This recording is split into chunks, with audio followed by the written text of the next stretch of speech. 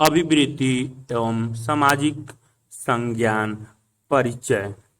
सामाजिक मनोविज्ञान मनोविज्ञान की वह शाखा है जिसमें यह अन्वेषण किया जाता है कि किसी व्यक्ति का व्यवहार किस प्रकार से दूसरे व्यक्तियों तथा उसके सामाजिक परिवेश से प्रभावित होता है। हम सभी अभिवृत्ति का निर्माण करते हैं या विशिष्ट विषय वस्तु अथवा व्यक्ति के बारे में विचार करने का एक तरीका विकसित करते हैं। हम जिन व्यक्तियों से मिलते हैं उनकी एक छवि भी बनाते हैं तथा उनके व्यवहार के लिए कारणों का निर्धारण भी करते हैं। इसके अतिरिक्त हमारा अपना व्यवहार भी दूसरे व्यक्तियों एवं समूहों से प्रभावित होता है। कुछ परिस्थितियों में लोग समाजोन्मुखी या समाजोपकारी व्यवहार का प्रदर्शन करते हैं, अर्थात जरूरतमंद एवं संकटाग्रस्त व्यक्तियों को बिना किसी प्रतिफल की प्रत्याशा किए सहायता प्रदान करना। यद्यपि इनमें से अनेक सामाजिक व्यवहार सरल प्रतीत होते हैं, तथापि इन व्यवहारों में निहित प्रक्रियाओं का व्याख्या करना एक जटिल प्रकरण है। इस अध्याय में अभिवृत्ति, सामाजिक संज्ञान तथा समाजोपकारी व्यवहार से संबंध आधारभूत विचारों का वर्णन किया जाएगा। सामाजिक व्यवहारों की व्याख्या करना।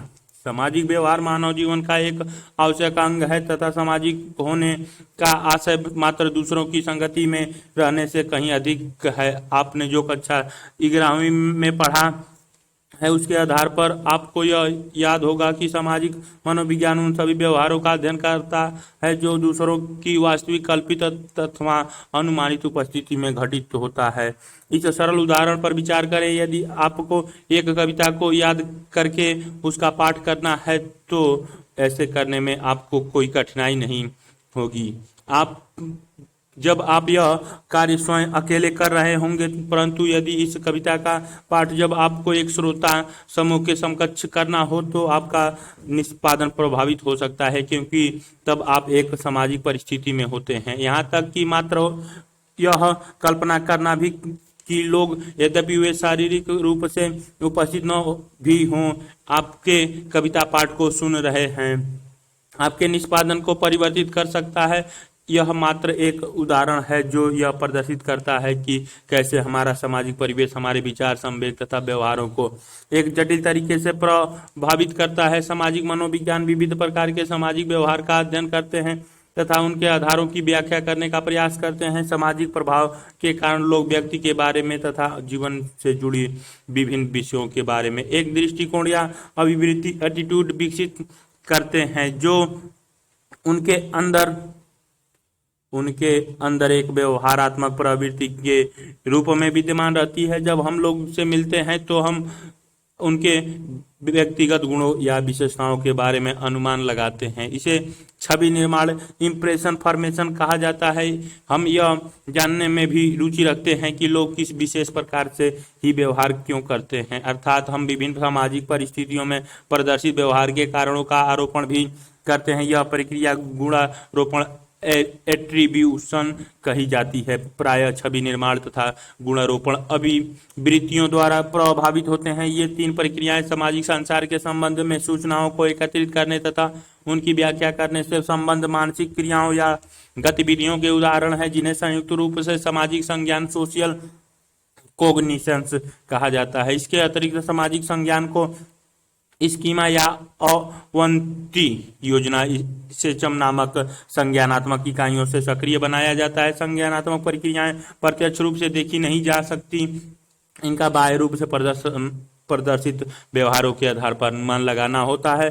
प्रेक्षणीय व्यवहार के रूप में सामाजिक प्रभाव को प्रदर्शित करने वाले कुछ और भी उदाहरण हैं। सामाजिक सुगमीकरण अवरोध, सोशल फैसिलिटेशंस, इनहाइबिटेशन अर्थात दूसरों की उपस्थिति में निष्पादन में सुधार, कमी तथा समाजोमुखी या समाजोपकारी व्यवहार, प्रो सोशल बिहेवियर अर्थात जो संकटग्रस्त या जरूरतमंद है वैसे लोगों के प्रति ध्यान देना।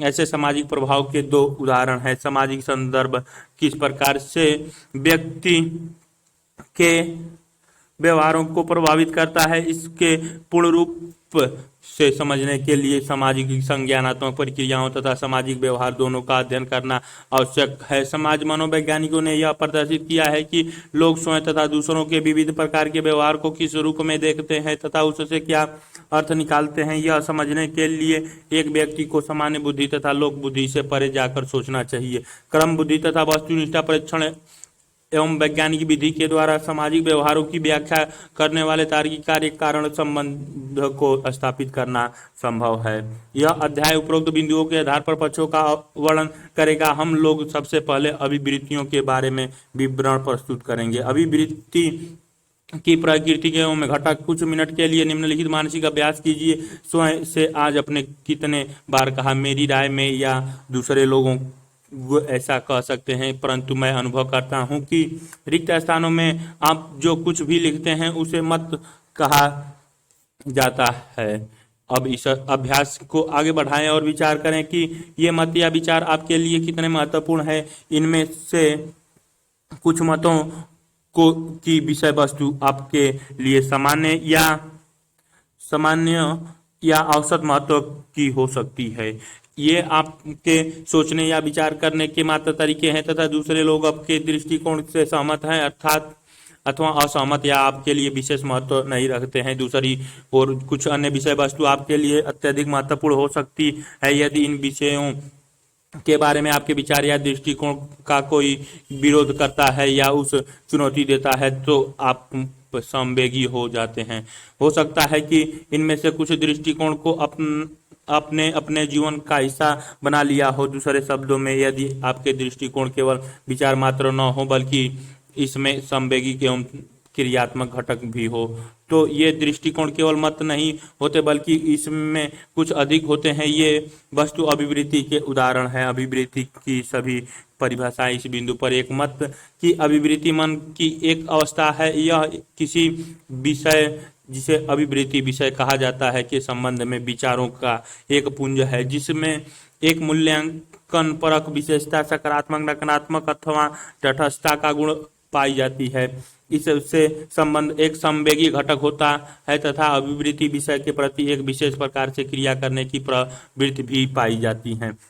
विचार परक घटक को संज्ञानात्मक कॉग्निटिव पक्ष कहा जाता है। संवेगी घटक को भावनात्मक एफेक्टिव पक्ष के रूप में जाना जाता है तथा क्रिया करने की प्रवृत्ति को व्यवहार परक बिहेवियरल या क्रियात्मक घटक कहा जाता है। वाक्य 6.11 हरा भरा पर्यावरण अभिवृत्ति का स्वभाव्य ABC घटक।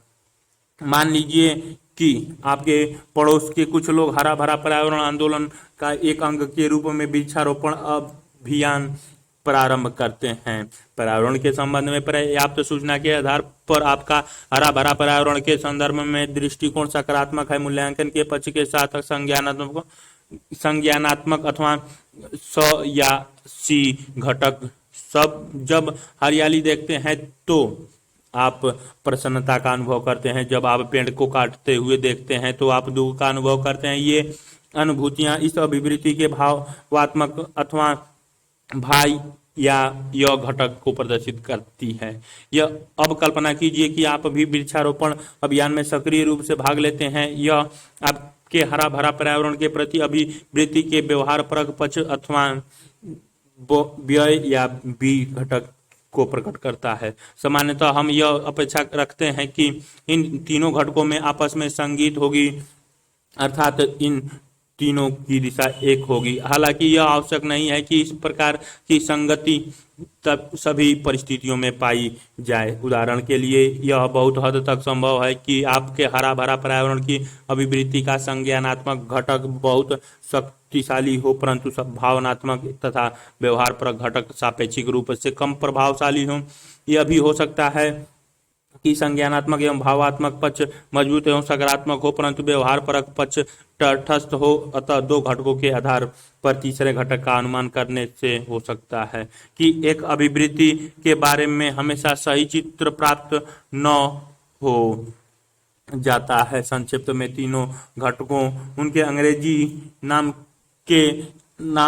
प्रथम अक्षर के आधार पर को अभिवृत्त का एक एबीसी घटक एबीसी कंपोनेंट कहा जाता है। हिंदी में हम इसे अभिवृत्ति का संभाव्य स्वयं संज्ञानात्मक, भावात्मक तथा व्यवहारात्मक घटक कह सकते हैं। ध्यान रखें कि अभिवृत्ति स्वयं में व्यवहार नहीं है, परंतु वह एक निश्चित प्रकार से व्यवहार या क्रिया करने की प्रवृत्ति को प्रकट करती है। ये संज्ञानात्मक के अंग हैं जो संवेगी घटक से युक्त होते हैं तथा इनका बाहर से परीक्षण नहीं किया जा सकता है। वाक्य 6.1 में पर्यावरण के प्रति अभिवृत्ति का एक उदाहरण प्रस्तुत है, जिसमें तीनों घटकों के संबंध को दर्शाया गया है। अभिवृत्ति को दो अन्य घनिष्ठ रूप में संबंधित स्वप्रतियों, विश्वासों, बिलीफ एवं मूल्य, वैल्यू से विभेदित किया जाना चाहिए। विश्वास अभिवृत्ति के संज्ञानात्मक घटक को इंगित करते हैं तथा एक ऐसे आधार का निर्माण करते हैं जिन पर अभिवृत्ति टिकी है, जैसे ईश्वर में विश्वास या राजनीति विचारधारा के रूप में।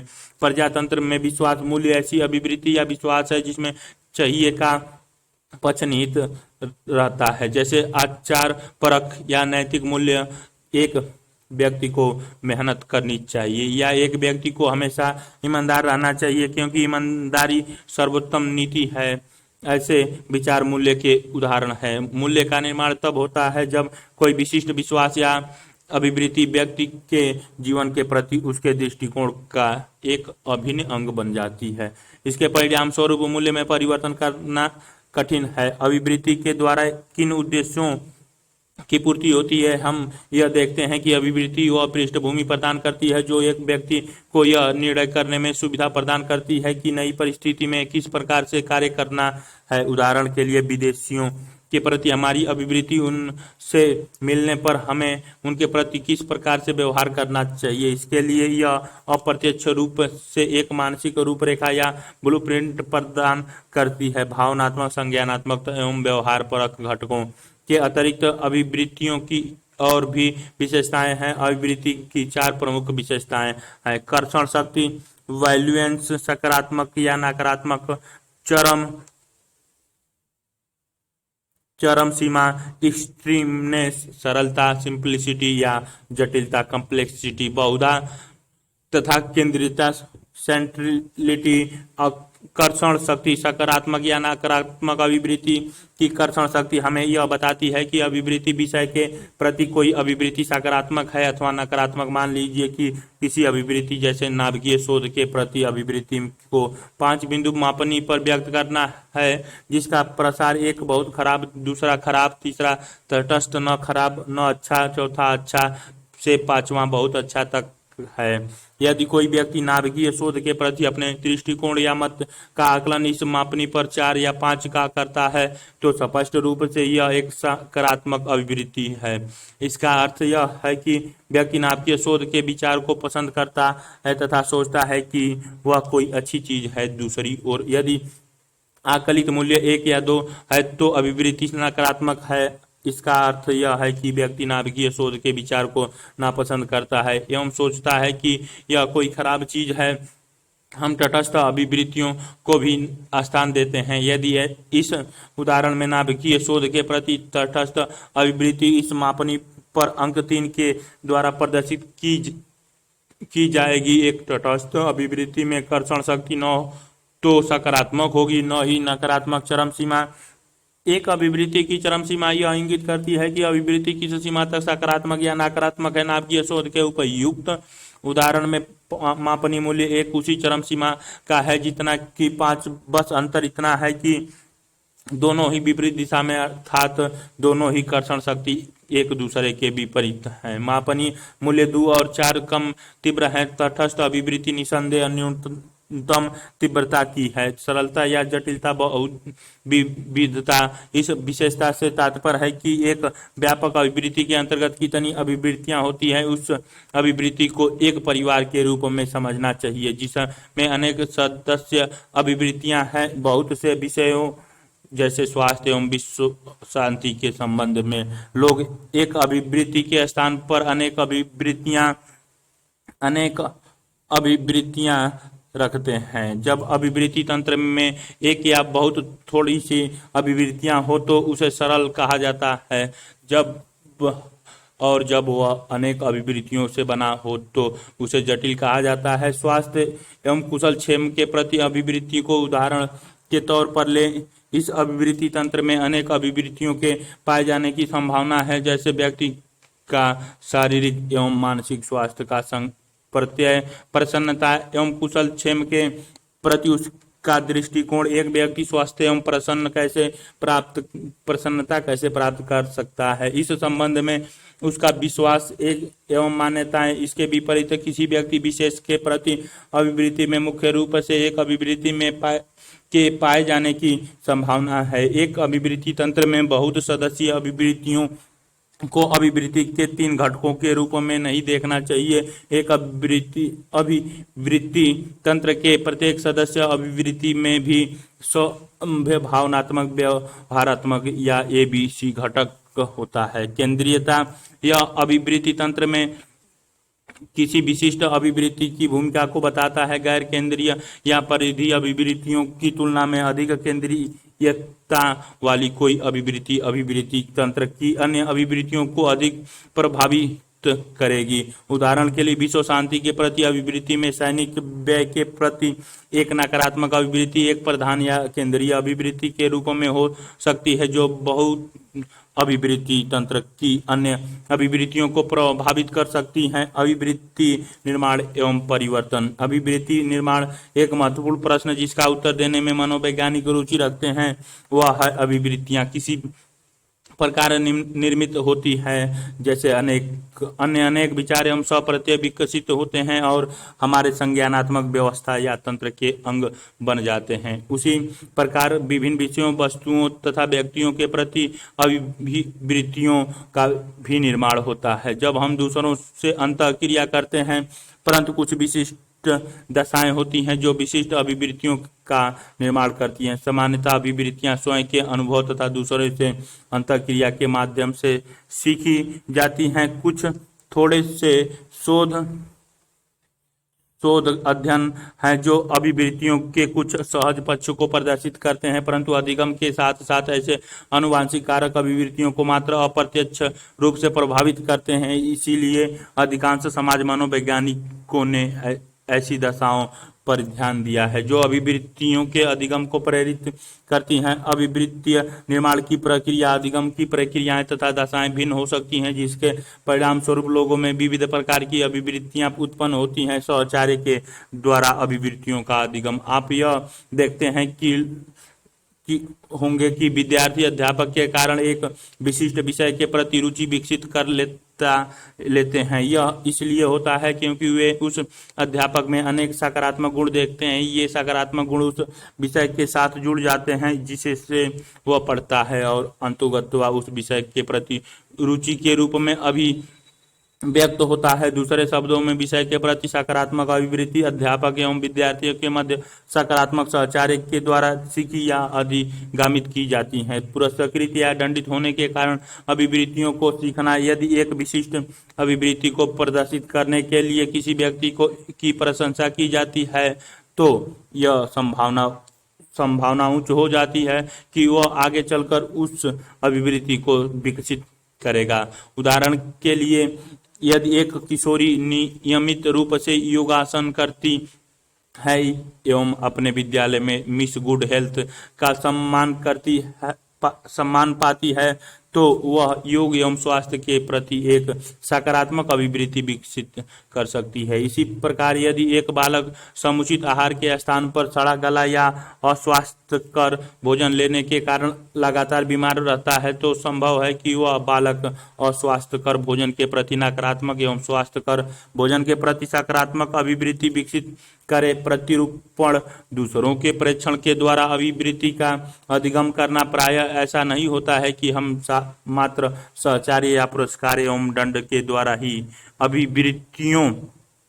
अभिवृत्तियों का अधिगम करते हैं, बल्कि हमें दूसरों की अभिवृत्ति विषय के प्रति एक विशिष्ट प्रकार का विचार व्यक्त करने या व्यवहार प्रदर्शित करने के लिए पुरस्कृत या दंडित होते देखकर इनका अधिगम करते हैं। उदाहरण के लिए, बच्चे यह देखकर कि उनके माता पिता बड़े के प्रति आदर प्रदर्शित करते हैं एवं इसके भी लिए सम्मान पाते हैं। वे बड़ों के प्रति एक श्रद्धालु अभिवृत्ति विकसित कर सकते हैं। समूह या सांस्कृतिक मानकों के द्वारा अभिवृत्ति का अधिगम करना प्रायः हम अपने समूह या संस्कृति के मानकों के माध्यम से अभिवृत्तियों का अधिगम करते हैं। मानक अलिखित नियम होते हैं जिनका विशिष्ट परिस्थितियों में पालन करने की अपेक्षा सभी से की जाती है। कालांतर में ये मानक अभिवृत्ति के रूप में हमारे सामाजिक संज्ञान के अंग बन जाते हैं। समूह या संस्कृति के मानकों के माध्यम से अभिवृत्तियों का अधिगम करना वस्तुतः ऊपर वर्णित तीनों प्रकार के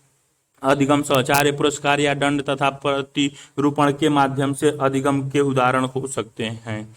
उदाहरण के लिए पूजा या आराधना स्थल पर रुपया, पैसा, मिठाई, फल या फूल भेंट करना कुछ धर्मों में एक आदर्श व्यवहार है। जब लोग देखते हैं कि ऐसे व्यवहार दूसरों के द्वारा प्रदर्शित किए जाते हैं, इनको समाज से स्वीकृति एवं मान्यता प्राप्त है, तो वे अंतोगत्वा ऐसे व्यवहार एवं उससे संबंध समर्पण की भावना के प्रति एक सकारात्मक अभिवृत्ति विकसित कर लेते हैं। सूचना के प्रभाव से अधिगम अनेक अभिवृत्तियों का अधिगम सामाजिक संदर्भों से में होता है, परंतु आवश्यक नहीं है कि यह दूसरों की शारीरिक या वास्तविक उपस्थिति में ही हो। आजकल विभिन्न संचार माध्यमों के द्वारा प्रदत्त सूचना के विशाल भंडार के कारण सकारात्मक एवं नकारात्मक दोनों ही प्रकार की अभिवृत्तियों का निर्माण होता है। आत्मसिद्धि सेल्फ एक्चुअलाइज्ड व्यक्ति की जीवनी पढ़ने से एक व्यक्ति जीवन में सफलता प्राप्त करने के लिए कठोर परिश्रम एवं अन्य पक्षों के प्रति एक सकारात्मक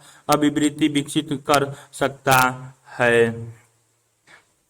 सकता है। अभिवृत्ति निर्माण को प्रभावित करने वाले कारक निम्नलिखित कारकों ऊपर वर्णित प्रक्रियाओं के द्वारा अभिवृत्तियों के अधिगम के लिए एक संदर्भ प्रदान करते हैं। परिवार एवं विद्यालय का परिवेश विशेष रूप से जीवन के प्रारंभिक वर्षों में अभिवृत्ति निर्माण करने में माता पिता एवं परिवार के अन्य सदस्य महत्वपूर्ण भूमिका निभाते हैं। बाद में विद्यालय का परिवेश अभिवृत्ति निर्माण के लिए एक महत्वपूर्ण पृष्ठभूमि बन जाता है। परिवार एवं विद्यालय में अभिवृत्तियों का अधिगम आमतौर पर साचार्य, पुरस्कार और दंड तथा प्रतिरूपण के माध्यम से होता है। संदर्भ समूह एक व्यक्ति को सोचने एवं व्यवहार करने के स्वीकृति नियमों या मानकों को बताते हैं। अतः ये समूह या संस्कृति के मानकों के माध्यम से अभिवृत्तियों के अधिगम को दर्शाते हैं। विभिन्न विषयों जैसे राजनीतिक, धार्मिक तथा सामाजिक समूह, व्यवसाय, राष्ट्रीय एवं अन्य मुद्दों के प्रति अभिवृत्ति प्रायः संदर्भ समूह के माध्यम से ही विकसित होती है। यह प्रभाव विशेष रूप से किशोरावस्था के प्रारंभ में अधिक स्पष्ट होता है, जब व्यक्ति के लिए यह अनुभव करना महत्वपूर्ण होता है कि वह किसी समूह का सदस्य है। इसलिए अभिवृत्ति निर्माण में संदर्भ समूह का भूमिका पुरस्कार एवं दंड के रूप में अधिगम का भी एक उदाहरण हो सकता है। व्यक्तिगत अनुभव अनेक अभिवृत्तियों का निर्माण पारिवारिक परिवेश में या संदर्भ समूह के माध्यम से नहीं होता, बल्कि इनका निर्माण प्रत्यक्ष व्यक्तिगत अनुभव के द्वारा होता है, जो लोगों के तथा स्वयं के जीवन के प्रति हमारी अभिवृत्ति में प्रबल परिवर्तन उत्पन्न करता है। यहाँ वास्तविक जीवन से संबंधित एक उदाहरण प्रस्तुत है। सेना का एक चालक ड्राइवर एक ऐसे व्यक्तिगत अनुभव से गुजरा जिसने उसके जीवन को ही परिवर्तित कर दिया। एक अभियान के दौरान जिस में उसके सभी साथी मारे जा चुके थे, वह मृत्यु के बहुत नजदीक से गुजारा। अपने जीवन के उद्देश्य के बारे में विचार करते हुए उसने सेना में अपनी नौकरी छोड़ दी तथा महाराष्ट्र के एक गांव में स्थित अपनी जन्मभूमि में वापस लौट आया और वहां एक सामुदायिक नेता के रूप में सक्रिय रूप से कार्य किया। एक विशुद्ध व्यक्तिगत अनुभव के द्वारा इस व्यक्ति ने सामुदायिक उत्थान या विकास के लिए एक प्रबल सकारात्मक अभिवृत्ति विकसित कर ली। उसके प्रयास ने उसके गांव के स्वरूप को पूर्ण रूपेण बदल दिया। संचार माध्यम संबंध प्रभाव वर्तमान समय में प्रौद्योगिकी विकास ने सदृश श्रव्य माध्यम या इंटरनेट को एक शक्तिशाली सूचना का स्रोत बना दिया है, जो अभिवृत्तियों का निर्माण एवं परिवर्तन करते हैं। इसके अतिरिक्त विद्यालय स्तरीय पाठ्य पुस्तक भी अभिवृत्ति निर्माण को प्रभावित करती हैं। ये स्रोत सबसे पहले संज्ञानात्मक एवं भावात्मक घटकों को प्रबल बनाते हैं और बाद में व्यवहारपरक घटकों को भी प्रभावित कर सकते हैं। संचार माध्यम अभिवृत्ति पर अच्छा एवं खराब दोनों ही प्रकार के प्रभाव डाल सकते हैं। एक तरफ संचार माध्यम एवं इंटरनेट संचार के अन्य माध्यमों की तुलना में लोग को भली प्रकार से सूचित करते हैं। दूसरी तरफ इन संचार माध्यमों में सूचना संकलन की प्रकृति पर कोई रोक या जांच नहीं होती, इसीलिए निर्मित होने वाली अभिवृत्तियों या पहले से बनी अभिवृत्तियों में परिवर्तन की दिशा पर कोई नियंत्रण भी नहीं होता। संचार माध्यम का उपयोग उपभोक्तावादी अभिवृत्तियों के निर्माण के लिए किया जा सकता है और इनका उपयोग सामाजिक समरसता को बढ़ावा देने के लिए सकारात्मक अभिवृत्तियों को उत्पन्न करने के लिए भी किया जा सकता है। अभिवृत्ति परिवर्तन अभिवृत्ति निर्माण के दौरान और इस प्रक्रिया के बाद भी विभिन्न प्रकार के प्रभावों के द्वारा अभिवृत्तियों में परिवर्तन का भी परिमार्जन किया जा सकता है। कुछ अभिवृत्तियां अन्य की तुलना में अधिक परिवर्तित होती हैं। उन अभिवृत्तियों की तुलना में जो मजबूती से स्थापित हो चुकी हैं और व्यक्ति के मूल्यों का अंग बन चुकी हैं, ऐसी अभिवृत्तियों में परिवर्तन की संभावना अधिक रहती है। जो अभी भी निर्माण के क्रम में है और बहुत हद तक मत के रूप में व्यवहारिक दृष्टि से लोगों की अभिवृत्तियों में परिवर्तन लाना सामुदायिक नेताओं, राजनीतिज्ञों, उपभोक्ताओं, वस्तुओं के उत्पादकों, विज्ञापनकर्ताओं एवं अन्य लोगों के लिए रुचि का विषय होता है। जब तक कि हम यह न जान लेते हैं कि अभिवृत्तियों का परिवर्तन कैसे होता है और इन परिवर्तनों के लिए कौन सी दशाएं उत्तरदायी होती हैं, तब तक अभिवृत्तियों में परिवर्तन लाने संबंधित उपाय करना संभव नहीं होगा। अभिवृत्ति परिवर्तन की प्रक्रिया। अभिवृत्ति परिवर्तन में निहित कुछ प्रमुख प्रक्रियाओं की ओर ध्यान आकर्षित करने वाले 3 प्रमुख संप्रत्ययों का उल्लेख नीचे किया जा रहा है। फ्रेडर हाइडर के द्वारा प्रस्तावित संतुलन बैलेंस का संप्रत्यय, जिसे कभी कभी POX त्रिकोण के रूप में भी व्यक्त किया जाता है, अभिवृत्ति के 3 घटकों या पक्षों को निरूपित करता है। इसी में P वह व्यक्ति है जिसकी अभिवृत्ति का अध्ययन किया जाना है, O एक दूसरा व्यक्ति है तथा X वह विषय वस्तु अभिवृत्ति विषय है जिसके प्रति अभिवृत्ति का अध्ययन करना है। यह भी संभव है कि ये तीनों व्यक्ति ही हों। मूल बात यह है कि यदि PO अभिवृत्ति, OX अभिवृत्ति तथा PX अभिवृत्ति के बीच एक असंतुलन की अवस्था होती है तो अभिवृत्ति में परिवर्तन होता है। यह इसलिए होता है क्योंकि असंतुलन तार्किक रूप से असुविधाजनक होता है, अतः अभिवृत्ति में संतुलन की दिशा में परिवर्तन होता है। असंतुलन तब पाया जाता है जब 1 POX त्रिकोण की 3 भुजाओं नकारात्मक होती हैं या दो भुजाओं सकारात्मक एवं एक भुजा नकारात्मक होती है। संतुलन तब पाया जाता है जब 3 भुजाओं सकारात्मक हो या दूसरा 2 भुजाएं नकारात्मक, 1 भुजा सकारात्मक हो। उदाहरण के लिए, जिसमें दहेज अभिवृत्ति की विषय वस्तु X है। मान लीजिए कि एक व्यक्ति P की दहेज के प्रति सकारात्मक अभिवृत्ति है, PX सकारात्मक, P अपने पुत्र का विवाह दूसरे व्यक्ति O की पुत्री से करने की योजना बना रहा है, तो जो दहेज के प्रति एक नकारात्मक अभिवृत्ति रखता है, OX नकारात्मक PO अभिवृत्ति का स्वरूप क्या होगा तथा किस प्रकार से इस परिस्थिति में संतुलन या असंतुलन का निर्धारण होगा। यदि O की प्रशंसा में P के प्रति सकारात्मक अभिवृत्ति है तो परिस्थिति असंतुलित होगी। PX सकारात्मक है, OP सकारात्मक है परंतु OX नकारात्मक है, अर्थात त्रिकोण में 1 नकारात्मक 2 सकारात्मक भुजाएं हैं। यह एक असंतुलन की स्थिति है, अतः तीनों में से किसी एक अभिवृत्ति में परिवर्तन करना पड़ेगा। यह परिवर्तन PX संबंध में हो सकता है। एक प्रथा के रूप में P दहेज को करना पसंद कर देता है, या OX संबंध में हो सकता है। O दहेज को एक प्रथा के रूप में पसंद कर देता है, या फिर OP संबंध में हो सकता है, OP को नापसंद करने लगता है। संक्षिप्त में अभिवृत्ति में परिवर्तन करना होगा जिससे कि त्रिकोण में तीनों सकारात्मक संबंध या 2 नकारात्मक एवं 1 सकारात्मक संबंध बनेगा। लियान फेस्टिगर ने संज्ञानात्मक विसंवादित्व या विसंगति कोग्निटिव डिसोनेंस का सप्रत्यय प्रतिपादित किया, यह संज्ञानात्मक संघटन पर बल देता है। यहाँ पर आधारभूत तत्व यह है कि एक अभिवृत्ति के संज्ञानात्मक घटक निश्चित रूप से संवादी विसंवादी का विलोम होना चाहिए, अर्थात उन्हें तार्किक रूप से एक दूसरे के समान होना चाहिए। यदि एक व्यक्ति यह अनुभव करता है कि वह एक अभिवृत्ति में दो संज्ञान विसंवादी है, तो इनमें से एक संवादी की दिशा में परिवर्तित कर दिया जाएगा। उदाहरण स्वरूप निम्नलिखित विचारों संज्ञानों के बारे में चिंतन करें। संज्ञान एक, पान मसाला मुख्य का कैंसर उत्पन्न करता है, जो जानलेवा है। संज्ञान दो, मैं पान मसाला खाता हूँ। इन दोनों विचारों या संज्ञानों को मन में रखना किसी भी व्यक्ति को यह अनुभव करने के लिए प्रेरित करेगा कि पान बॉक्स 6.20 के लिए एक झूठ बोलना।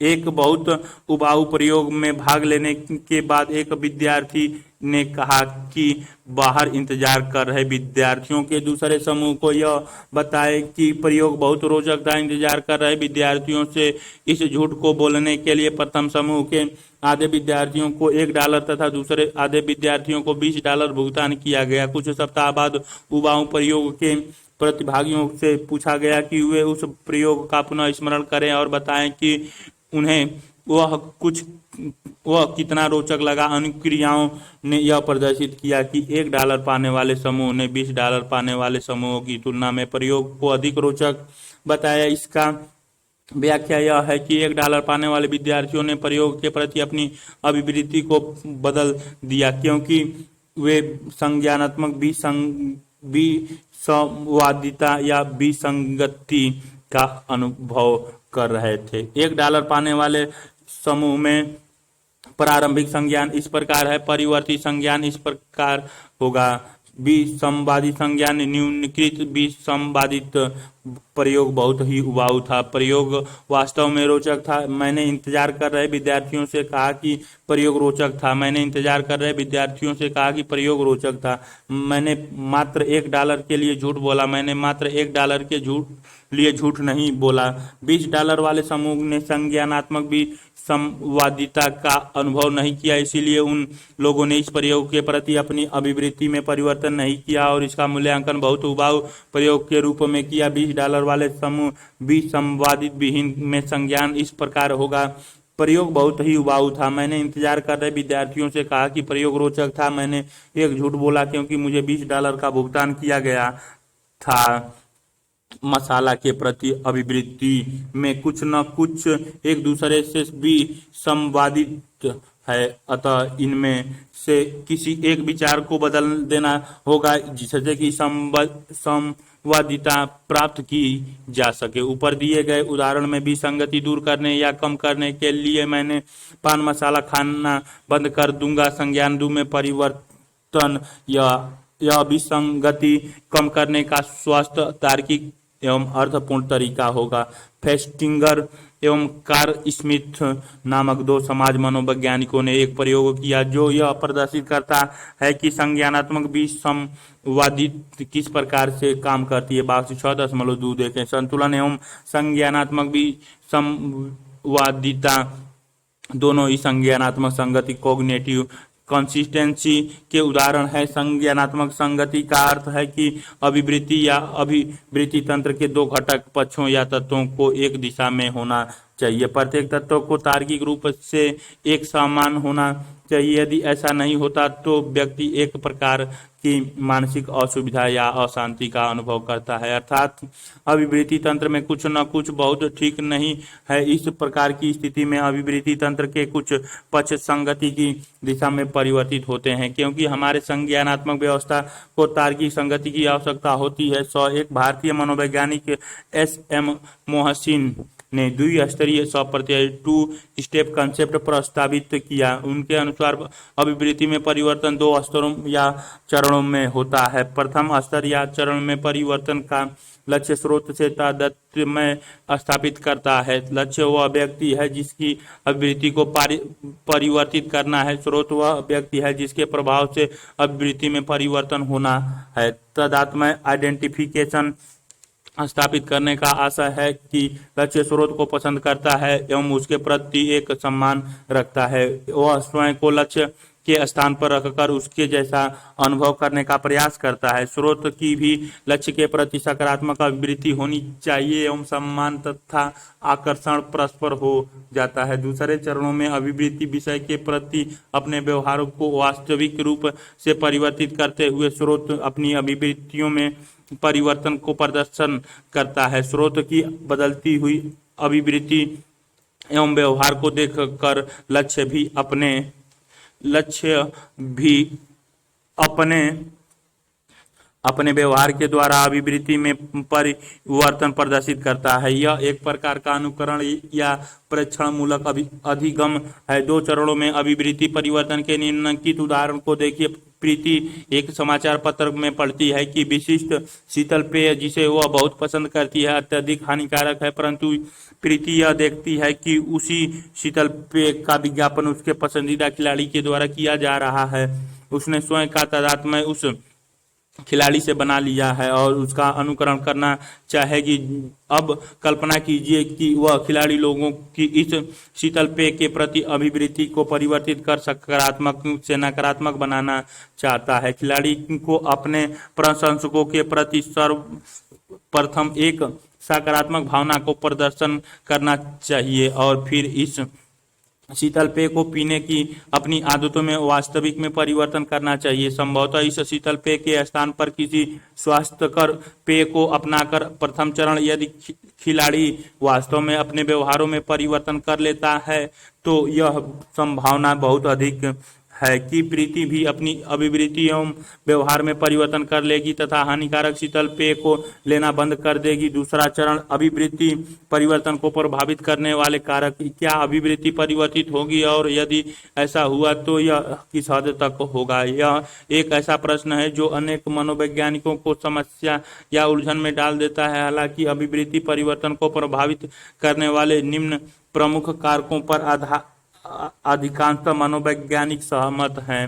पहले से विद्यमान अभिवृत्ति की विशेषता पूर्व में उल्लेखित अभिवृत्ति की सभी 4 प्रमुख विशेषताएं अर्थात कर्षण शक्ति, सकारात्मक या नकारात्मक, चरम सीमा, सरलता या जटिलता, बहुविधता तथा केंद्रीयता या अभिवृत्ति की सार्थकता अभिवृत्ति परिवर्तन को निर्धारित करती है। सामान्यतः सकारात्मक अभिवृत्तियों को नकारात्मक अभिवृत्तियों की तुलना में परिवर्तित करना आसान है। चरम सीमा की तथा केंद्रीय अभिवृत्तियों को कम तीव्रता तथा परिधीय कम सार्थक अभिवृत्तियों की तुलना में परिवर्तित करना कठिन है। सरल अभिवृत्तियों को बहुत अभिवृत्तियों की तुलना में परिवर्तित करना आसान है।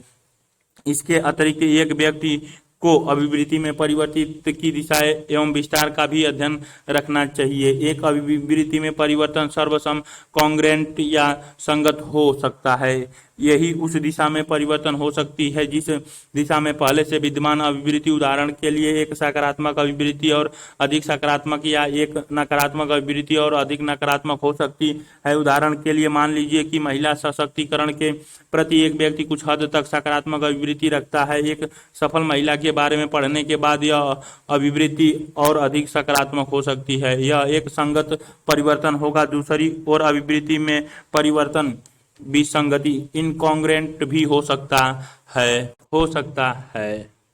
यह पहले से विद्यमान अभिवृत्ति के विपरीत दिशा में परिवर्तित हो सकता है। उदाहरणतः एक सकारात्मक अभिवृत्ति कम सकारात्मक या नकारात्मक हो जाती है, या एक नकारात्मक अभिवृत्ति एक कम नकारात्मक या सकारात्मक हो जाती है। अभी दिए गए उदाहरण में सफल महिलाओं के बारे में पढ़ने के बाद एक व्यक्ति सोच सकता है कि महिलाएं शीघ्र ही बहुत अधिक शक्तिशाली बन जाएगी और अपने पारिवारिक दायित्व को नजरअंदाज करने लगेगी। यह उस व्यक्ति के पहले से विद्यमान महिला सशक्तिकरण के प्रति सकारात्मक अभिवृत्ति को कम सकारात्मक या फिर नकारात्मक बना सकती है। यदि ऐसा होता तो यह एक विसंगत अभिवृत्ति परिवर्तन का उदाहरण होगा।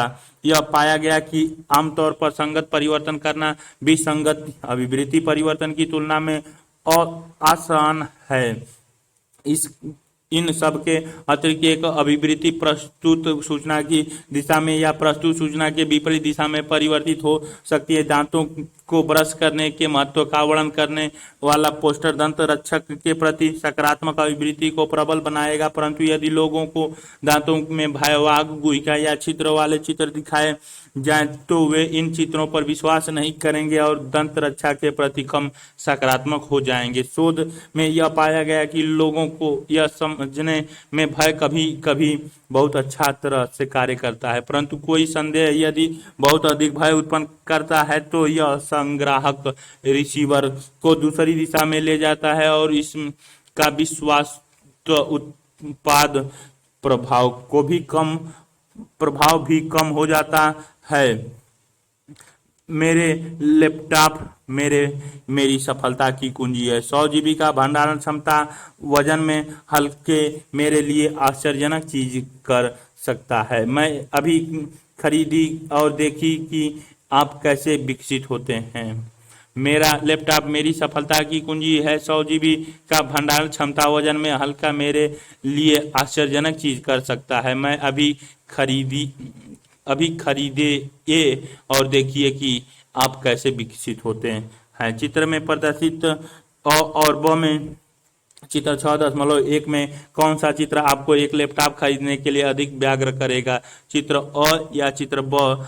क्यों? चित्र में देखकर बताएं क्यों कौन सा चित्र आकर्षित करता है।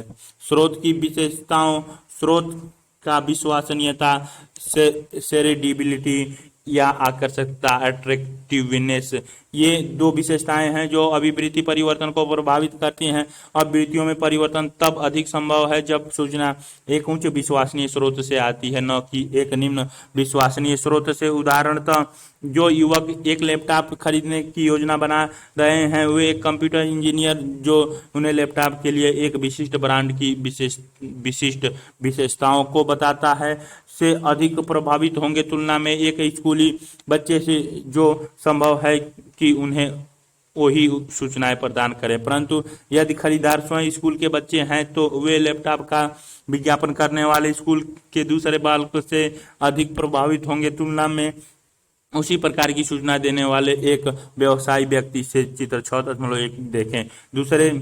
कुछ दूसरे उत्पाद जैसे कारों की बिक्री को बढ़ाया जा सकता है यदि उसका प्रचार विशेषज्ञों से न कराकर किसी लोकप्रिय हस्ती से कराया जाए। संदेश की विशेषताएं, संदेश वह सूचना है जिसे अभिवृत्ति में परिवर्तित करने के लिए प्रस्तुत किया जाता है। अभिवृत्तियों में परिवर्तन तब होगा जब दिए गए विश्वास के बारे में सूचना पर्याप्त हो, न कि बहुत अधिक हो, न कि बहुत कम। इससे भी अंतर पड़ता है कि संदेश में एक तार्किक, रेशनल तथा सांवेगिक अपील, इमोशनल अपील है। उदाहरणतः प्रेशर कुकर में भोजन पकाने के लिए एक विज्ञापन यह इंगित करता है कि इससे ईंधन की जैसे भोजन बनाने वाली गैस एलपीजी की बचत होती है तथा यह कम खर्चीला या मितव्यापी है। तार्किक अपील, वैकल्पिक रूप से यह विज्ञापन यह भी बता सकता है कि प्रेशर कुकर से भोजन बनाना पोषक तत्वों को परिरक्षित रखता है और यदि एक व्यक्ति परिवार का ध्यान रखता है तो पोषण एक प्रमुख विषय होता है। संवेगीय अपील, चित्र 6.2 देखें। संदेश द्वारा उद्दीपित अभिप्रेरक मोटिव भी अभिवृत्ति परिवर्तन को निर्धारित करते हैं। उदाहरण के लिए यह कहा जा सकता है कि दूध पीना व्यक्ति को स्वस्थ एवं सुंदर बनाता है या अधिक ऊर्जावान तथा कार्य नौकरी में सफल बनाता है। अंततः संदेश को फैलाने का माध्यम मोड एक महत्वपूर्ण भूमिका निभाता है। संदेश का अप्रत्यक्ष प्रसारण जैसे पत्र, पुस्तिका या जनसंचार माध्यम की तुलना में आमने सामने का प्रसारण अधिक प्रभावी होता है। उदाहरण, छोटे बच्चे के लिए ओरल रिहाइड्रेशन सॉल्ट ORS। तार्किक अपील, रुपए की बचत। क्या आप भोजन बनाने की गैस पर बहुत अधिक व्यय कर रहे हैं? प्रेशर कुकर को अपनाइए और बजट की समस्या को अलविदा कहिए। समवेगिक परिवार, अपने परिवार का ध्यान रखना। यदि आप अपने परिवार का ध्यान रखते हैं तो पोषण से महत्वपूर्ण कुछ भी नहीं है।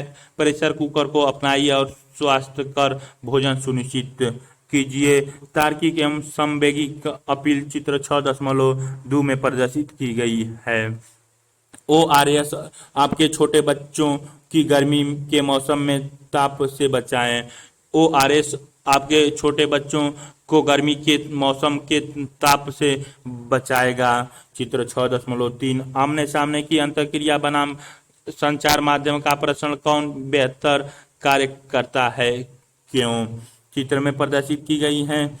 क्या का प्रसार अधिक प्रभावशाली तरीके से होगा यदि समुदाय, सामाजिक कार्यकर्ता एवं चिकित्सक संदेश का प्रसार मात्र रेडियो पर इसके लाभ बताने के स्थान पर लोगों से प्रत्यक्ष रूप से बातचीत करके करते हैं। चित्र 6.3 देखें। आजकल दृश्य माध्यम जैसे दूरदर्शन और इंटरनेट के द्वारा प्रसारण आमने सामने की अंतःक्रिया के समान, परंतु यह उसका विकल्प नहीं है। लक्ष्य की विशेषताएं, लक्ष्य के गुण जैसे अनुन्नयता, परसुएसिबिलिटी, प्रबल पूर्वाग्रह, स्ट्रांग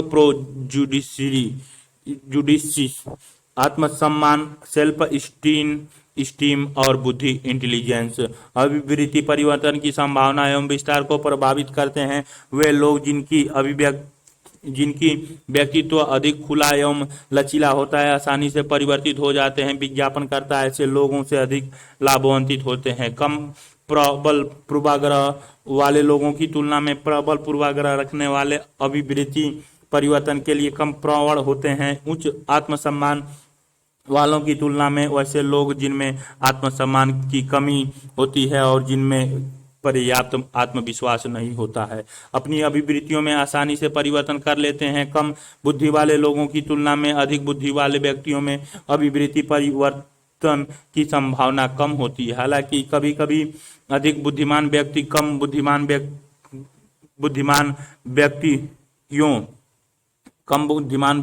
वाले व्यक्तियों की तुलना में अपनी अभिवृत्ति में परिवर्तन स्वेच्छा से करते हैं, क्योंकि वे अपनी अभिवृत्ति को अधिक सूचनाएं एवं चिंतन पर आधारित करते हैं। अभिवृत्ति व्यवहार संबंध, हम प्राय यह अपेक्षा करते हैं कि व्यवहार अभिवृत्ति का तार्किक रूप से अनुसरण करे। हालांकि एक व्यक्ति की अभिवृत्ति सदैव उसके व्यवहार के माध्यम से प्रदर्शित नहीं होती है। इसी प्रकार से एक व्यक्ति का वास्तविक व्यवहार व्यक्ति की विशिष्ट विषयों के प्रति अभिवृत्ति का विरोधी हो सकता है। वैज्ञानिकों ने यह पाया कि अभिवृत्ति एवं व्यवहार में संगति तब होगी जब अभिवृत्ति प्रबल हो और अभिवृत्ति तंत्र में एक केंद्रीय स्थान रखती हो। व्यक्ति अपनी अभिवृत्ति के प्रति सजग या जागरूक हो। किसी विशिष्ट तरीके से व्यवहार करने के लिए व्यक्ति पर बहुत कम या कोई बाह्य दबाव न हो। उदाहरणतः जब किसी विशिष्ट मानक का पालन करने के लिए कोई समूह दबाव नहीं होता है, व्यक्ति का व्यवहार दूसरों के द्वारा देखा या मूल्यांकित न किया जा रहा हो और व्यक्ति यह सोचता हो कि व्यवहार का एक सकारात्मक परिणाम होगा और इसीलिए वह उस व्यवहार में संलिप्त होना चाहिए। उन दिनों में जब अमेरिकी लोग चीनी वासियों के प्रति पूर्वाग्रह से ग्रसित कहे जाते थे, रिचर्ड लापियरे नामक एक अमेरिकी समाज मनोवैज्ञानिकों ने निम्नांकित अध्ययन किया। उसने एक चीनी दंपति से अमेरिका की यात्रा करने और विभिन्न होटलों में ठहरने के लिए कहा। इस यात्रा के दौरान केवल एक बार एक होटल ने उन्हें सेवा प्रदान करने से मना कर दिया। कुछ समय बाद लापियरे ने जिस क्षेत्र में उस चीन दंपति ने यात्रा की थी उस क्षेत्र के होटल एवं यात्री निवास के प्रबंधकों को एक प्रश्नावली यह जानने के लिए भेजी कि क्या वे चीनी अतिथियों को रहने के लिए स्थान देंगे। बहुत अधिक प्रतिशत में लोगों ने कहा कि वे ऐसे नहीं करेंगे। वह अनुक्रिया चीन वासियों के प्रति एक नकारात्मक अभिवृत्ति प्रदर्शित करती है जो उस सकारात्मक व्यवहार से असंगत था जो वास्तव में यात्रा कर रहे चीनी दंपति के प्रति प्रदर्शित किया गया था। अतः अभिवृत्ति सदैव एक व्यक्ति के वास्तविक व्यवहार प्रारूप का पूर्व कथन नहीं करती है, कभी कभी व्यवहार की अभिवृत्तियों को निर्धारित करता है। फेस्टिंगर एवं कार्ल स्मिथ के प्रयोग में बाक्स 6.1 देखें। वे विद्यार्थी जिन्होंने दूसरों से यह कहने के लिए कि प्रयोग रोचक था $1 पाया। उन्होंने बताया कि प्रयोग उनको क्रियाकलाप 6.1 एक समाचार पत्र या पत्रिका से एक ऐसा विज्ञापन काटिए जिसमें कुछ विशिष्ट हो और वह आपका ध्यान आकर्षित करता हो। विज्ञापन के बारे में निम्नलिखित विवरण लिखें एवं अपनी कक्षा में प्रस्तुत करें। विज्ञापन का विषय उदाहरणतः क्या विज्ञापन उपभोक्ता वस्तु, किसी खाद्य पदार्थ के, एक कंपनी, स्वास्थ्य संबंधी विषय, एक राष्ट्रीय विषय आदि के बारे में है। विज्ञापन के अच्छे एवं खराब परिणामों, इसमें एक तार्किक अपील है अथवा एक संवेगी अपील है। क्या इसमें एक लोकप्रिय हस्ती है, एक विशेषज्ञ स्रोत या बहुत पसंदीदा व्यक्ति उनको वास्तव में पसंद आया था, अर्थात अपने व्यवहार के आधार पर केवल थोड़े पैसों के लिए दूसरों को यह बताना कि प्रयोग रोचक था। उन लोगों ने यह निष्कर्ष निकाला कि प्रयोग के प्रति उनकी अभिवृत्ति सकारात्मक थी। मैं इस थोड़े से पैसों के लिए झूठ नहीं बोलता, जिसका अर्थ है कि प्रयोग वास्तव में रोचक था। पूर्वाग्रह एवं भेदभाव। पूर्वाग्रह किसी विशिष्ट समूह के प्रति अभिवृत्ति का उदाहरण है। ये प्राय नकारात्मक होते हैं एवं अनेक स्थितियों में विशिष्ट समूह के संबंध में ऋण धारण स्टेरियोटाइप संज्ञानात्मक घटक पर आधारित होते हैं। जैसा कि आगे सामाजिक संज्ञान के खंड में उल्लेख किया जाएगा, एक ऋण धारणा किसी विशिष्ट समूह की विशेषताओं से संबंध विचारों का एक पुंज या गुच्छा होती है। इस समूह के सभी सदस्य इन विशेषताओं से युक्त माने जाते हैं। प्राय ऋण धारणाएं लक्ष्य समूह के बारे में अवांछित विशेषताओं से युक्त होती हैं और ये विशिष्ट समूह के सदस्यों के बारे में एक नकारात्मक अभिवृत्ति या पूर्वाग्रह को जन्म देती हैं। पूर्वाग्रह के संज्ञानात्मक घटक के साथ प्राय नापसंद या घृणा का भाव अर्थात भावात्मक घटक जुड़ा होता है। पूर्वाग्रह भेदभाव के रूप में व्यवहार परक घटक रूपांतरित या अनुदित हो सकता है। जब लोग एक विशिष्ट लक्ष्य समूह के प्रति उस समूह की तुलना में जिस वे पसंद करते हैं कम सकारात्मक तरीके से व्यवहार करने लगते हैं। इतिहास में प्रजातीय एवं सामाजिक वर्ग या जाति पर आधारित भेदभाव के असंख्य उदाहरण है। जर्मनी में नाजियों के द्वारा यहूदियों के विरुद्ध किया गया प्रजातीय संहार पूर्वाग्रह की पराकाष्ठा का एक उदाहरण है, जो यह प्रदर्शित करता है कि कैसे पूर्वाग्रह घृणा, भेदभाव, निर्दोष लोगों को सामूहिक संहार की ओर ले जाता है। पूर्वाग्रह बिना भेदभाव के रूप में प्रदर्शित हुए भी अस्तित्व में रह सकता है। इसी प्रकार से बिना पूर्वाग्रह के भेदभाव प्रदर्शित किया जा सकता है, फिर भी दोनों प्राय साथ साथ पाए जाते हैं। जहाँ भी पूर्वाग्रह एवं भेदभाव रहता है वह एक ही समाज के समूहों में अंतर्द्वंद उत्पन्न होने की संभावना बहुत प्रबल होती है। हमारे स्वयं के समाज के लिए लिंग, धर्म, समुदाय, जाति, शारीरिक विकलांगता एवं बीमारियों जैसे एड्स पर आधारित पूर्वाग्रह युक्त या पूर्वाग्रहित रहित भेदभाव की अनेक खोदजनक या दुखद घटनाओं को देखा है। इसके अतिरिक्त अनेक स्थितियों में भेदभावपूर्ण व्यवहार विधिक नियमों के द्वारा प्रतिबंधित या नियंत्रित किया जा सकता है, परंतु पूर्वाग्रह के संज्ञानात्मक एवं भावात्मक घटकों को परिवर्तित करना बहुत कठिन है। समाज मनोवैज्ञानिकों ने यह प्रदर्शित किया है कि पूर्वाग्रह के निम्नलिखित में से एक या उससे अधिक स्रोत होते हैं। अधिगम अन्य अभिवृत्तियों के तरह पूर्वाग्रह भी सहचार्य, पुरस्कार एवं दंड, दूसरों के प्रेक्षण समूह या संस्कृति के मानक तथा सूचनाओं की उपलब्धता जो पूर्वाग्रह को बढ़ावा देते हैं के द्वारा अधिगमित किए जा सकते हैं। पारिवारिक संदर्भ, समूह, व्यक्तिगत अनुभव तथा संचार माध्यम पूर्वाग्रह के अधिगम में महत्वपूर्ण भूमिका निभा सकते हैं। अभिवृत्ति, निर्माण एवं परिवर्तन का खंड देखें। जो लोग पूर्वाग्रहग्रस्त अभिवृत्तियों को सीखते हैं वे पूर्वाग्रहग्रस्त व्यक्तित्व विकसित कर लेते हैं तथा समायोजन स्थापित करने की क्षमता में कमी, दुश्चिंता तथा बाह्य समूहों के प्रति आक्रामकता की भावना को प्रदर्शित करते हैं। एक प्रबल सामाजिक अनन्यता तथा अंतर समूह अभिन्नति वे लोग जिनमें सामाजिक अनन्यता की प्रबल भावना होती है एवं अपने समूह के प्रति एक बहुत ही सकारात्मक अभिवृत्ति होती है। वे अपनी अभिवृत्ति को और प्रबल बनाने के लिए बाह्य समूहों के प्रति नकारात्मक अभिवृत्ति रखते हैं। इनका प्रदर्शन पूर्वाग्रह के रूप में होता है। बलि का बकरा बनना, यह एक जैसी एक ऐसी प्रक्रिया या गोचर है जिसके द्वारा बहुसंख्यक समूह अपनी सामाजिक, आर्थिक और राजनीतिक समस्याओं के लिए अल्पसंख्यक बाह्य समूहों को दोषी ठहराता है। अल्पसंख्यक इस आरोप से बचाव करने के लिए या तो बहुत कमजोर होते हैं या संख्या में बहुत कम होते हैं। बलि का बकरा बनने की प्रक्रिया कुंठा को प्रदर्शित करने का समूह आधारित एक तरीका है तथा प्रायः इसकी परिणति कमजोर समूह के प्रति नकारात्मक अभिवृत्ति या पूर्वाग्रह के रूप में होती है। सत्य के सप्रत्यय का आधार तत्व कभी कभी लोग एक ऋण धारणा को बनाए रखते हैं क्योंकि वे सोचते हैं कि जो सभी लोग दूसरे समूह के बारे में कहते हैं उसमें कोई न कोई सत्य या सत्य का आधार तत्व के कर्नेल ऑफ ट्रूथ तो अवश्य होना चाहिए। जहां तक कि केवल कुछ उदाहरण ही सत्य के आधार तत्व हैं और धारणा को पुष्ट करने के लिए पर्याप्त होते हैं। स्वतः साधक भविष्योक्ति कुछ स्थितियों में वह समूह जो पूर्वाग्रह का लक्ष्य होता है स्वयं ही पूर्वाग्रह को बनाए रखने के लिए जिम्मेदार होता है। लक्ष्य समूह इस तरह से व्यवहार करता है कि वह पूर्वाग्रह को परिमाणित करता है अर्थात नकारात्मक प्रत्याशाओं की पुष्टि करता है। उदाहरणतः यदि लक्ष्य समूह को निर्भर और इसीलिए प्रगति करने में अक्षम के रूप में वर्णित किया जाता है तो हो सकता है कि इस लक्ष्य समूह के सदस्य वास्तव में इस तरह से व्यवहार करें जो इस विवरण को सही साबित करे। इस तरह वे पहले से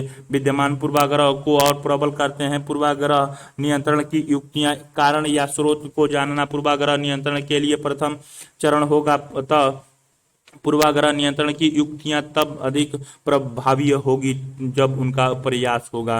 पूर्वाग्रहों के अधिगम के अवसरों को कम करना, ऐसी अभिव्यक्तियों को परिवर्तित करना, अंतर समूह पर आधारित संकुचित सामाजिक अनन्यता के महत्व को कम करना तथा पूर्वाग्रह के शिकार लोगों से स्वतः साधक भविष्योक्ति की प्रवृत्ति को हतोत्साहित करना। इन लक्ष्यों को निम्न प्रकार से प्राप्त किया जा सकता है। शिक्षा एवं सूचना के प्रसार के द्वारा विशिष्ट लक्ष्य समूह से संबंध ऋण धारणाओं को संशोधित करना एवं प्रबल अंतर समूह अभिन्नति की समस्या से निपटना, अंतर समूह संपर्क को बढ़ाना, प्रत्यक्ष संप्रेषण समूहों के मध्य अविश्वास को दूर करने तथा बाह्य समूहों के सकारात्मक गुणों की खोज करने का अवसर प्रदान करता है। हालांकि ये युक्तियां तभी सफल होती हैं जब दो समूह प्रतियोगी संदर्भ के स्थान पर एक सहयोगी संदर्भ में मिलते हैं। समूहों के मध्य घनिष्ठ अंतःक्रिया एक दूसरे को समझने या जानने की सहायता करती है। दोनों समूह शक्ति या प्रतिष्ठा में भिन्न नहीं होते हैं।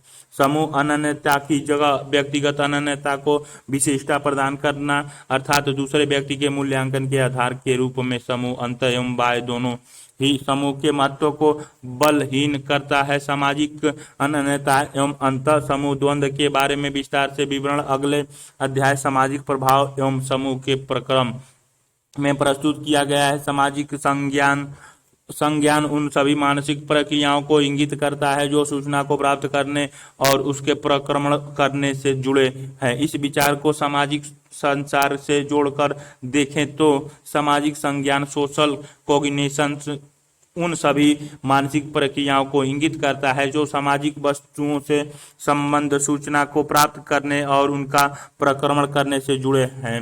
इनमें वे सभी प्रक्रियाएं आती हैं जो सामाजिक व्यवहार को समझने, उनकी व्याख्या एवं विवेचना करने में सहायक होती हैं। सामाजिक वस्तुओं विशेष रूप से व्यक्तियों, समूहों, लोगों, संबंधों, सामाजिक मुद्दों इत्यादि से संबंध सूचनाओं का प्रक्रमण भौतिक वस्तुओं से संबंध सूचनाओं के प्रक्रमण से भिन्न होती है। जैसा कि संज्ञानात्मक प्रक्रमण प्रारंभ होता है सामाजिक वस्तु के रूप में लोग स्वयं को बदल सकते हैं। उदाहरण के लिए एक अध्यापक जो एक विद्यार्थी को विद्यालय में देखता है उसके बारे में ऐसे निष्कर्ष निकाल सकता है जो उसकी माता द्वारा निकाले गए निष्कर्षों से सर्वथा भिन्न हो सकता है जो उसे घर के परिवेश में देखती है। विद्यार्थी अपने व्यवहार में अंतर प्रदर्शित कर सकता है।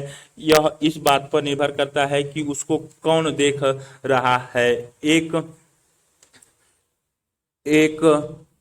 अध्यापक या एक माता। सामाजिक संज्ञान मानसिक इकाइयों जिन स्कीमा अवंती योजना कहते हैं के द्वारा निर्देशित होते हैं। स्कीमा या अवनति योजना एवं ऋण धारणाएं। एक स्कीमा या अवनति योजना को एक ऐसी मानसिक संरचना के रूप में परिभाषित किया जाता है जो किसी वस्तु के बारे में सूचना के प्रक्रमण के लिए एक रूपरेखा, नियमों का समूह या दिशा निर्देशक प्रदान करती है। अवनति योजना स्कीमा या स्कीमेटा हमारे स्मृति में समाग्रित मौलिक इकाइयां है तथा ये सूचना प्रक्रमण के लिए अंशुलिपि की तरह कार्य करती है। फलस्वरूप संज्ञान के लिए वांछित समय एवं मानसिक प्रयास की मांग को कम कर देती है। सामाजिक संज्ञान के संदर्भ में मौलिक इकाइयां सामाजिक स्कीमा होती हैं। कुछ अभिवृत्तियां सामाजिक स्कीमा के रूप में भी कार्य कर सकती हैं। हम अनेक स्कीमा का उपयोग करते हैं और विश्लेषण एवं उदाहरण के द्वारा उनके बारे में ज्ञान प्राप्त करते हैं। अधिकांशतः स्कीमा स्ववर्ग या वर्ग के रूप में होती हैं। वे स्कीमा जो स्ववर्ग के रूप में कार्य करती हैं उन्हें आगम रूप प्रोटोटाइप कहा जाता है, जो किसी वस्तु को पूर्ण रूपेण परिभाषित करने में सहायक संपूर्ण विशेषताओं या गुणों के समुच्चय या सेट होते हैं। सामाजिक संज्ञान में वैसे स्ववर्ग आधारित स्कीमा जो लोगों के समूह से संबंध होते हैं उन्हें ऋण धारण कहते हैं। ये स्ववर्ग आधारित स्कीमा होते हैं जो अति सामान्यकृत, प्रत्यक्ष रूप से सत्यापित न हो सकने वाले एवं अपवाद का अवसर नहीं प्रदान करने वाले होते हैं। मान लीजिए कि आपको एक समूह जी को परिभाषित करना है। यदि आप इस समूह के किसी सदस्य को प्रत्यक्ष रूप से नहीं जानते या उनसे प्रत्यक्ष अंतःक्रिया नहीं की तो बहुत हद तक संभव है कि आप जी समूह की प्रतिनिधि या विशिष्ट सदस्य के बारे में अपने सामान्य ज्ञान का उपयोग करेंगे। इस सूचना के साथ आप अपनी पसंद एवं नापसंद को जोड़ेंगे। यदि आपने समूह जी के बारे में सकारात्मक बातों को सुना है तो आपका संपूर्ण समूह के बारे में सामाजिक स्कीमा अधिक सकारात्मक होगा, न कि नकारात्मक। दूसरी ओर यदि आपने समूह जी के बारे में अधिक नकारात्मक बातें सुनी है तो आपका सामाजिक स्कीमा एक नकारात्मक ऋण धारणा के रूप में होगा। जो निष्कर्ष अपने निकाले हैं वे तार्किक चिंतन या प्रत्यक्ष अनुभव के परिणाम नहीं हैं, बल्कि वे एक विशिष्ट समूह के बारे में पूर्व कल्पित विचार पर आधारित होते हैं। अगली बार जब आप वास्तव में समूह जी के सदस्य से मिलते हैं तो आपका इस व्यक्ति के प्रति व्यवहार एवं उसकी छवि आपकी ऋण धारणा से प्रभावित होगी। यह पहले ही कहा जा चुका है कि ऋण धारणा विशिष्ट समूह के प्रति पूर्वाग्रह एवं अभिनति विकसित करने के लिए उर्वरक भूमि प्रदान करती है, परंतु पूर्वाग्रह बिना ऋण धारणा के भी विकसित हो सकती है। छवि निर्माण एवं गुण रोपण के द्वारा दूसरों के व्यवहार की व्याख्या करना। प्रत्येक सामाजिक अंतःक्रिया का प्रारंभ हमसे मिलने वाले व्यक्तियों के बारे में एक छवि बनाने से होता है। लोकप्रिय हस्तियां एवं नौकरी के लिए साक्षात्कार में उपस्थित होने वाले आवेदक इसके अच्छे उदाहरण हैं, जो यह प्रदर्शित करते हैं कि दूसरों के लिए एक अच्छी छवि बनाना बहुत महत्वपूर्ण है। व्यक्ति को जानने या समझने की प्रक्रिया को मुख्य रूप से दो भागों में विभाजित किया जा सकता है और छवि निर्माण एवं गुणारोपण।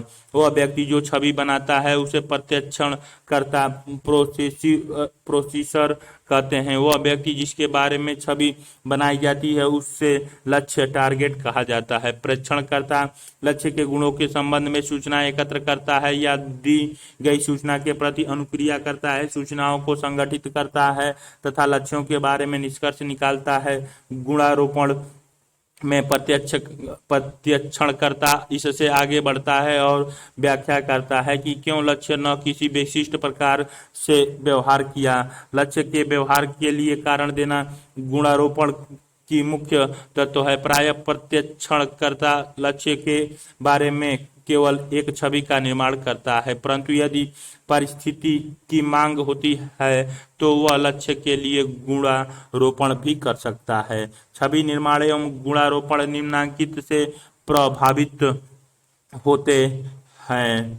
परीक्षणकर्ता की उपलब्ध सूचनाओं की प्राकृतिक परीक्षणकर्ता के सामाजिक स्कीमा ऋण धारणाओं सहित परीक्षणकर्ता की व्यक्तिगत विशेषताएं तथा पारिस्थितिकी जन कारक। छवि निर्माण में निम्नलिखित पक्ष पाए गए हैं।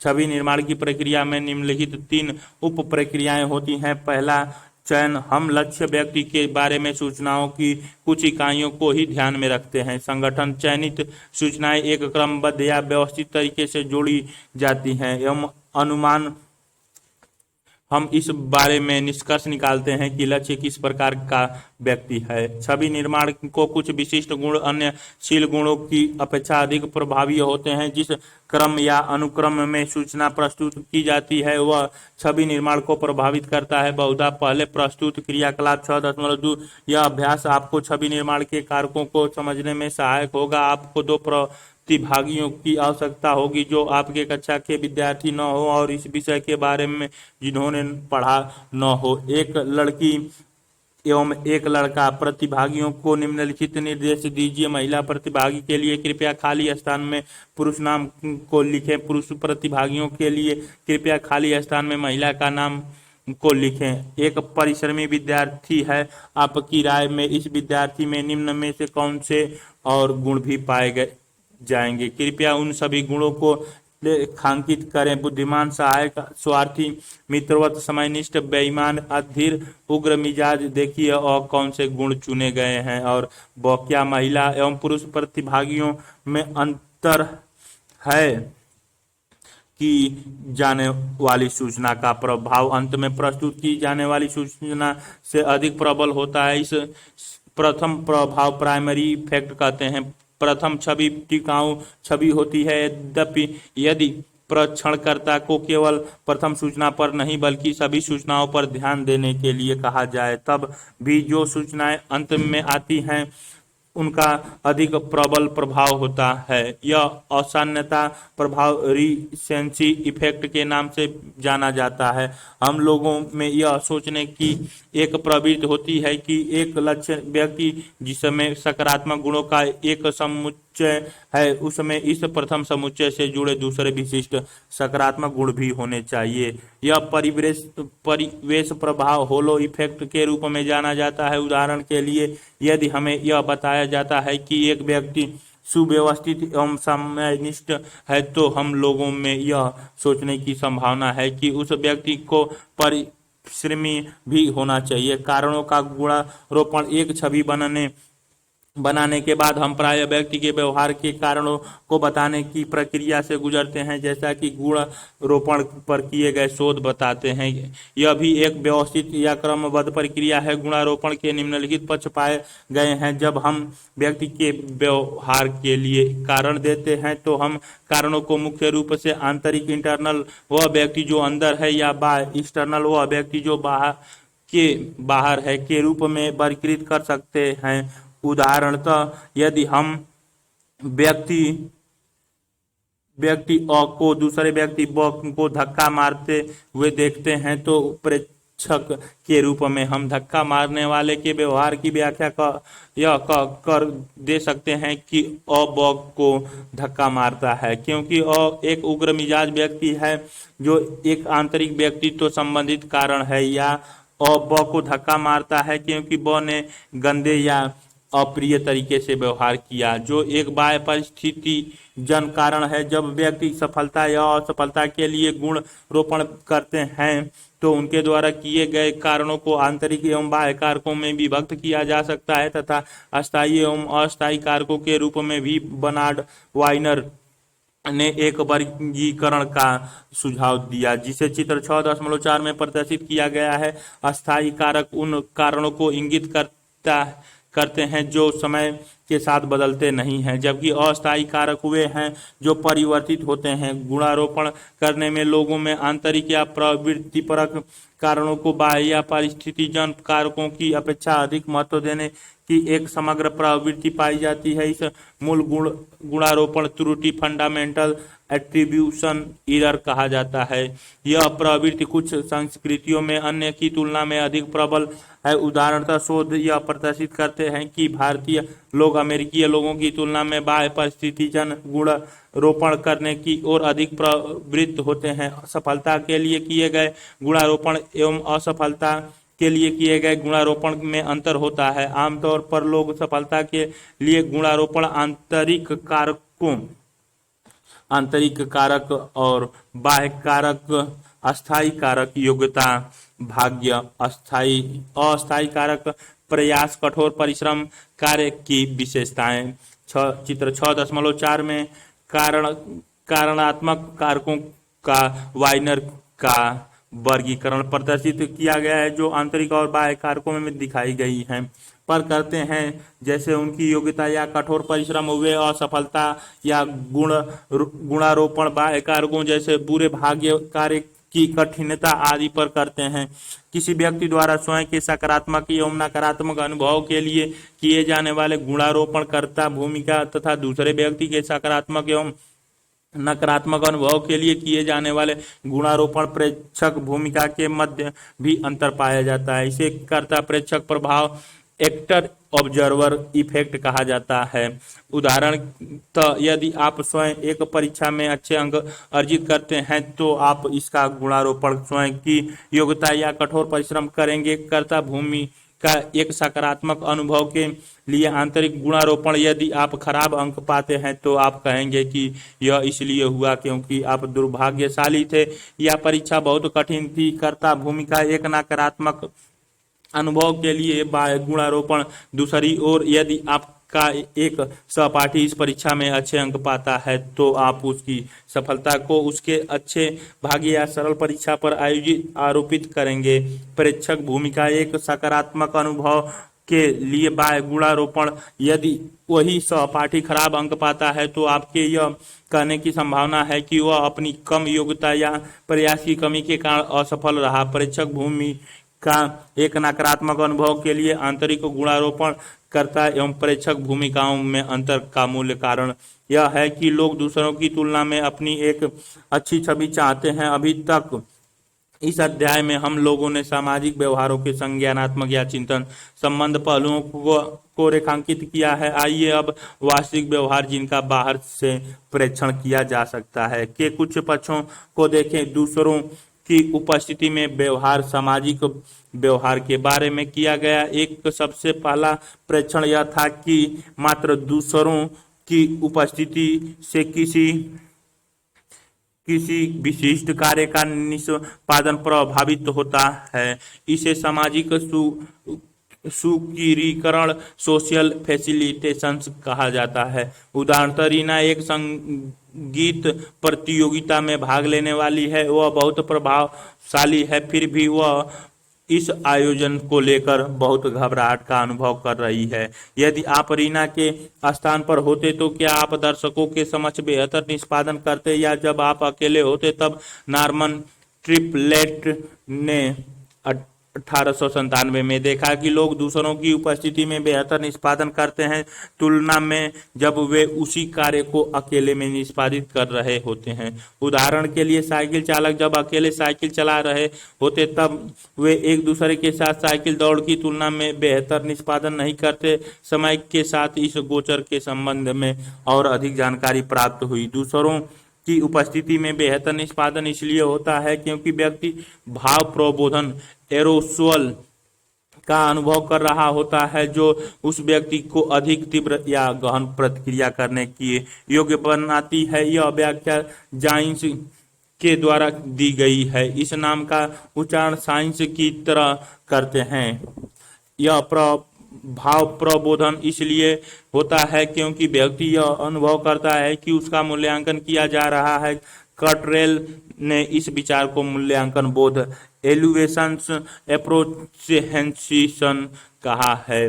व्यक्ति की प्रशंसा की जाएगी और यदि उसका निष्पादन अच्छा होगा पुरस्कार या आलोचना की जाएगी। यदि निष्पादन खराब होगा दंड। हम प्रशंसा पाना चाहते हैं और आलोचना का परिहार करना चाहते हैं, इसीलिए हम भली प्रकार से निष्पादन करने और त्रुटियों को दूर करने का प्रयास करते हैं। निष्पादित किए जाने वाले कार्य की प्राकृतिक नेचुरल ऑफ द टास्क भी दूसरों की उपस्थिति में निष्पादित को प्रभावित करती है। उदाहरण के लिए सरल या परिचित कार्य की दशा में व्यक्ति अच्छे निष्पादन के लिए अधिक अस्वस्थ रहता है और प्रशंसा या पुरस्कार पाने की उत्कंठा भी अधिक प्रबल रहती है। इसीलिए लोगों की उपस्थिति में व्यक्ति अच्छा निष्पादन करता है तुलना में जब वह अकेले होता है, परंतु जटिल या नए कार्य की दशा में व्यक्ति त्रुटियां करने की भय से ग्रस्त हो सकता है। आलोचना या दंड का भय प्रबल होता है। इसीलिए जब व्यक्ति अकेले होता है उसकी तुलना में वह लोगों की उपस्थिति में खराब निष्पादन करता है। यदि दूसरे उपस्थित लोग भी उसी कार्य को कर रहे हो तो इसे क्रिया को एक्शन परिस्थिति कहा जाता है। इस परिस्थिति में एक सामाजिक तुलना एवं प्रतियोगिता होती है। इस स्थिति में भी जब कार्य सरल या परिचित होता है तो सक्रिया की दशा में निष्पादन अच्छा होता है तुलना में जब व्यक्ति अकेले होता है। संक्षिप्त में कार्य निष्पादित को दूसरों की उपस्थिति से सहज किया जा सकता है एवं सुधारा जा सकता है या अवरुद्ध अथवा खराब किया जा सकता है। अन्य अनेक क्रियाकलाप 6.3 इन दो स्थितियों पर ध्यान दीजिए। स्थिति क एक व्यक्ति दर्शकों की उपस्थिति में एकल नृत्य कर रहा है। एक स्थिति ख एक व्यक्ति एक दौड़ प्रतियोगिता में 5 अन्य खिलाड़ियों के साथ दौड़ रहा है। निम्न में से कौन से कारक स्थिति ख में उपस्थित हैं परंतु स्थिति क में नहीं है?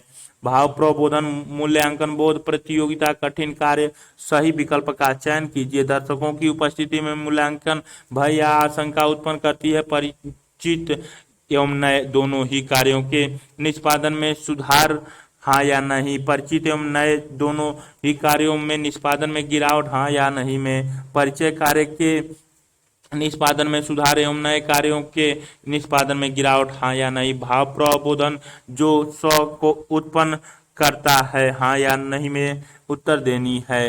अन्य अनेक प्रकार के सामाजिक प्रभाव भी देखे गए हैं। उदाहरण के लिए यदि हम समूह में एक साथ कार्य कर रहे हैं तो जितना ही बड़ी समूह होगा उतना ही कम प्रयास प्रत्येक सदस्य करेगा। दायित्व के वितरण पर आधारित इस गोचर को सामाजिक स्वैराचार या सामाजिक समन्वयन सोशल लॉफिनिंग कहते हैं। आप सामाजिक स्वैराचार के बारे में अगले अध्याय में पढ़ेंगे। दायित्व का वितरण जो प्रायः सामाजिक स्वैराचार का आधार होता है को अक्सर ऐसी स्थितियों में देखा जा सकता है जब लोगों से सहायता की अपेक्षा की जाती है। हम लोग सहायता परक व्यवहार के इस पक्ष एवं अन्य कारकों को आगे वाले खंड में पढ़ेंगे। समाजोपकारी व्यवहार, दूसरों का भला करना एवं उनके लिए सहायक होना संपूर्ण विश्व में एक सद्गुण की तरह वर्णित किया गया है। सभी धर्म हमें यह सिखाते हैं कि हम लोगों को उनकी मदद या सहायता करनी चाहिए जो जरूरतमंद हो। इस व्यवहार को समाजोन्मुखी या समाजोपकारी व्यवहार, प्रो सोशल बिहेवियर कहा जाता है। समाजोपकारी व्यवहार बहुत कुछ हितवाद, एल्ट्रुइज्म के समान है, जिसका अर्थ है बिना किसी आत्महित के भाव के दूसरों के लिए कुछ करना या उनके कल्याण के बारे में सोचना। पर हितवाद का अंग्रेजी समतुल्य एल्ट्रुइज्म लैटिन भाषा का शब्द एलर्ट से बना है जिसका अर्थ होता है दूसरा, और यह ईगो शब्द जिसका अर्थ होता है आत्मा या स्वयं, उसका विलोम है। अपनी चीजों को दूसरों के साथ बांटना, दूसरे के साथ सहयोग करना, प्राकृतिक विपत्तियों के समय सहायता करना, सहानुभूति का प्रदर्शन करना, दूसरों का समर्थन करना या उनका पक्ष लेना एवं सहायतार्थ दान देना समाजोपकारी व्यवहार के कुछ सामान्य उदाहरण है। समाजोपकारी व्यवहार की निम्नलिखित विशेषताएं होती हैं। इसमें दूसरे व्यक्ति या व्यक्तियों को लाभ पहुंचाने या उनका भला करने का लक्ष्य होना चाहिए। इसको बदलने में किसी चीज की अपेक्षा किए बिना किया जाना चाहिए। यह व्यक्ति द्वारा स्वेच्छा से किए जाने चाहिए, न कि किसी प्रकार के दबाव के कारण। इसमें सहायता करने वाले व्यक्ति के लिए कुछ कठिनाइयां निहित होती हैं या कुछ उसे कुछ कीमत चुकानी पड़ती है। उदाहरण के लिए, यदि एक धनी व्यक्ति अवैध तरीके से प्राप्त किया गया बहुत सारा धन इस आशय से दान करता है कि उसका चित्र एक एवं नाम समाचार पत्रों में छप जाएगा, तो इसे समाजोपकारी व्यवहार नहीं कहा जा सकता। यद्यपि यह दान बहुत से लोगों का भला कर सकता है, समाजोपकारी व्यवहार का बहुत अधिक मूल्य और महत्व देने के बावजूद भी बहुत लोग ऐसे व्यवहार का प्रदर्शन नहीं करते हैं। जुलाई 11, 2006 के मुंबई विस्फोट के तत्काल बाद हमारा समुदाय जिस किसी भी प्रकार से हो सका विस्फोट पीड़ितों की सहायता के लिए आगे आया। इसके विपरीत एक पूर्व घटना जिसमें मुंबई में एक चलती हुई उपनगरीय रेलगाड़ी में एक लड़की का पर्स छीन लिया गया, कोई भी व्यक्ति उसकी मदद के लिए आगे नहीं आया। दूसरे यात्रियों ने इसकी सहायता के लिए कुछ नहीं किया और लड़की को रेलगाड़ी से फेंक दिया गया। यहाँ तक कि जब रेलगाड़ी रेल की पटरी पर घायल पड़ी थी लड़की रेलगाड़ी की पटरी पर घायल पड़ी थी तो उस क्षेत्र के आसपास के भवनों में रहने वाले लोग भी उसकी मदद के लिए नहीं आए। तब प्रश्न उठता है कि किन परिस्थितियों एवं किन प्रेरकों के कारण लोग दूसरों की मदद करते हैं। समाजोपकारी व्यवहार पर हुए शोध के समाजोपकारी व्यवहार को प्रभावित करने वाले अनेक कारकों को उजागर किया है। समाजोपकारी व्यवहार को प्रभावित करने वाले कारक समाजोपकारी व्यवहार मनुष्यों की अपनी प्रजाति के दूसरे सदस्यों की सहायता करने की एक सहज नैसर्गिक प्रवृत्ति पर आधारित है। यह सहज प्रवृत्ति प्रजाति की उत्तरजीविता या अस्तित्व बनाए रखने में सहायक होती है। समाजोपकारी व्यवहार अधिगम से प्रभावित होता है। जो ऐसी पारिवारिक परिवेश में पले बड़े होते हैं जो लोगों की सहायता करने की आदर्श स्थापित करते हैं, वे सहायता को एक मूल्य के रूप में महत्व देते हैं एवं सहायता करने की प्रशंसा करते हैं और उन व्यक्तियों की तुलना में अधिक समाजोपकारी व्यवहार का प्रदर्शन करते हैं जो एक ऐसी पारिवारिक परिवेश में पले बड़े होते हैं जहां इन गुणों का अभाव होता है। समाजोपकारी व्यवहार को सांस्कृतिक कारक भी प्रभावित करते हैं। कुछ संस्कृतियों में जरूरतमंद एवं संकटग्रस्त लोगों की सहायता के लिए लोगों को सक्रिय रूप से प्रोत्साहित किया जाता है। ऐसी संस्कृति जहां स्वतंत्रता को प्रोत्साहित किया जाता है वहां लोग समाजोपकारी व्यवहार का प्रदर्शन कम करते हैं, क्योंकि लोगों से यह अपेक्षा की जाती है कि वे अपनी देखभाल स्वयं करें एवं दूसरों की सहायता पर आश्रित न रहें। संसाधनों के अभाव से ग्रस्त संस्कृति में हो सकता है कि लोग उच्च स्तर के समाजोपकारी व्यवहार का प्रदर्शन न करें। समाजोपकारी व्यवहार उस समय अभिव्यक्त होता है जब परिस्थिति कोई सामाजिक मानक सोशल नॉर्म को सक्रिय करती है जिसमें दूसरों की सहायता करने की आवश्यकता या मांग होती है। समाजोपकारी व्यवहार के संदर्भ में 3 मानकों का उल्लेख किया गया है। सामाजिक उत्तरदायित्व सोशल रिस्पॉन्सिबिलिटी का मानक हमें किसी अन्य कारकों पर विचार किए बिना उसकी मदद या सहायता करनी चाहिए जो मदद चाहते हो। परस्परता रिस्पोसिटी का मानक हमें उन लोगों की सहायता करनी चाहिए जिन्होंने हमारी सहायता पहले से की है। न्याय संगतता या समानता इक्वलिटी का मानक हमें तब दूसरों की सहायता करनी चाहिए जब हमें लगे कि ऐसा करना सही या उचित है। उदाहरण के लिए हम में से अनेक लोग ऐसे महसूस करेंगे कि ऐसे व्यक्ति की सहायता करना अधिक उचित है जिनके अपनी सारी संपत्ति को बाढ़ में गंवा दिया हो, तुलना में उस व्यक्ति के जिसने जुए में अपने सब कुछ खो दिया हो। समाजोपकारी व्यवहार उस व्यक्ति की प्रत्याशिता प्रतिक्रिया से प्रभावित होती है जिसकी सहायता की जा रही है। उदाहरणतः लोगों में एक जरूरतमंद व्यक्ति को पैसा देने की अनिच्छा हो सकती है क्योंकि वे महसूस करते हैं कि इससे व्यक्ति अपमानित महसूस कर सकता है या निर्भरता विकसित कर सकता है। उन लोगों में समाजोपकारी व्यवहार प्रदर्शित होने की संभावना अधिक होती है जिनमें तदनुभूति इम्पैथी अर्थात सहायता पाने वाले व्यक्ति के परेशानी या कष्ट को अनुभव करने की क्षमता अधिक होती है। जब बाबा साहेब अम्बेडकर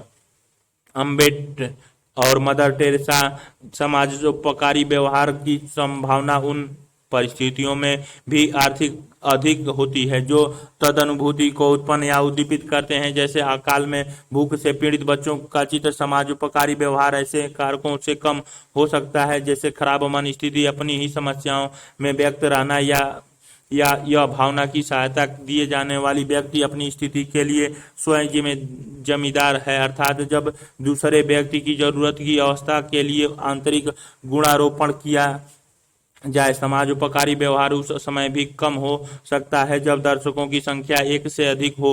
उदाहरण के लिए, कभी कभी सड़क दुर्घटना में पीड़ित व्यक्ति को सहायता इसलिए नहीं मिल पाती क्योंकि दुर्घटना स्थल के आसपास बहुत से लोग खड़े रहते हैं। प्रत्येक व्यक्ति यह सोचता है कि सहायता देना उसकी अकेले की जिम्मेदारी नहीं है, एवं कोई दूसरा व्यक्ति उसकी सहायता की जिम्मेदारी ले सकता है। इस गोचर को दायित्व का वितरण, डिफ्यूजी ऑफ रिस्पॉन्सिबिलिटी कहा जाता है। दूसरी ओर यदि घटना स्थल पर केवल एक ही व्यक्ति दर्शक हो तो यह संभावना अधिक है कि वह व्यक्ति जिम्मेदारी या दायित्व लेगा और पीड़ित को वास्तव में मदद करेगा। इस अध्याय में आपने अभिवृत्ति एवं सामाजिक संज्ञान के मूल्य स्वप्रत्ययों के बारे में पढ़ा और आपको सामाजिक व्यवहार के कुछ रूपों की एक झलक मिली। अगले अध्याय में आप व्यक्ति पर समूह के प्रभाव के बारे में पढ़ेंगे।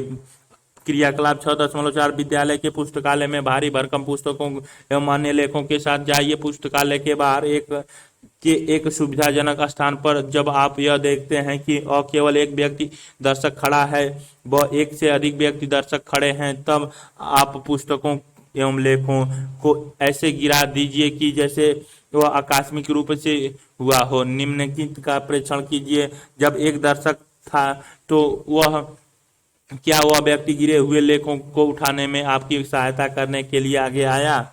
जब वहां एक से अधिक व्यक्ति थे तो उनमें से कितने लोग गिरे हुए लेखों को उठाने में आपकी सहायता करने के लिए आगे आए? कक्षा में इसकी विस्तृत चर्चा या विवेचना कीजिए। हाल के कुछ समाचार पत्रों एवं पत्रिकाओं को पढ़ें। दर्शकों द्वारा सहायता प्रदान करने का कम से कम एक विवरण या रिपोर्ट खोजिए। इन रिपोर्ट या विवरण के साथ समाचार पत्र पत्रिकाओं का अंश क्लिपिंग अवश्य संलग्न करें। यह परिचर्चा कीजिए कि वर्णित स्थिति में दर्शकों ने क्यों सहायता की। आप उन लोगों का विवरण भी प्रस्तुत कर सकते हैं जिन्हें आप व्यक्तिगत रूप से जानते हैं और जिन्होंने आपात स्थितियों में लोगों की सहायता की है। इन विवरणों की एक संक्षिप्त वर्णन लिखिए और अपनी कक्षा में उस पर प्रस्तुत कीजिए। प्रमुख पद: कर्ता, प्रेक्षक, प्रभाव, भाव, प्रबोधन, अभिवृत्ति या गुण रोपण, संतुलन, विश्वास, अभिवृत्ति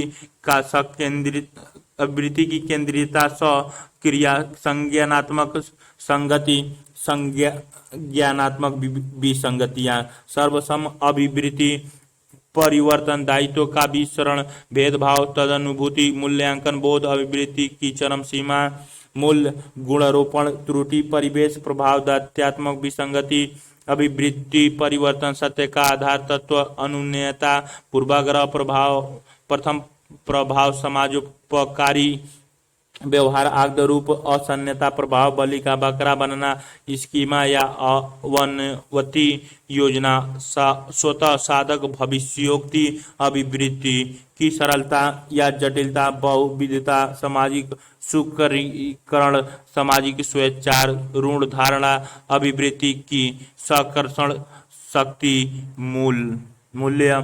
सारांश: मनुष्यों में दूसरों से अंतःक्रिया करने एवं उनके जुड़ने तथा अपने एवं दूसरों के व्यवहार की व्याख्या करने की आवश्यकता होती है। लोग व्यवहारात्मक अधिगम प्रक्रिया, परिवार एवं विद्यालय के प्रभाव, संदर्भ, समूह एवं संचार माध्यम द्वारा अभिवृत्तियां अथवा विचार एवं व्यवहारात्मक प्रवृत्तियां विकसित करते हैं। अभिवृत्तियों में भावात्मक, संज्ञानात्मक तथा व्यवहारात्मक घटक होते हैं और इनको कर्षण शक्ति, चरम सीमा, सरलता या जटिलता, बहुविधता तथा केंद्रीयता के रूप द्वारा समझा जा सकता है। अभिवृत्ति, परिवर्तन, संतुलन, स्वप्रत्यय, संज्ञानात्मक संगति एवं द्विस्तरीय स्वप्रत्यय के अनुसार होता है। अभिवृत्ति परिवर्तन स्रोत, लक्ष्य एवं संदेश की विशेषताओं द्वारा प्रभावित होता है। एक समूह के प्रति नकारात्मक अभिवृत्तियां पूर्वाग्रह प्रायः एक समाज में द्वंद्व उत्पन्न करती हैं एवं भेदभाव के रूप में अभिव्यक्त होती हैं, किंतु पूर्वाग्रह को नियंत्रित करने की व्यवहारिक युक्तियां भी हैं।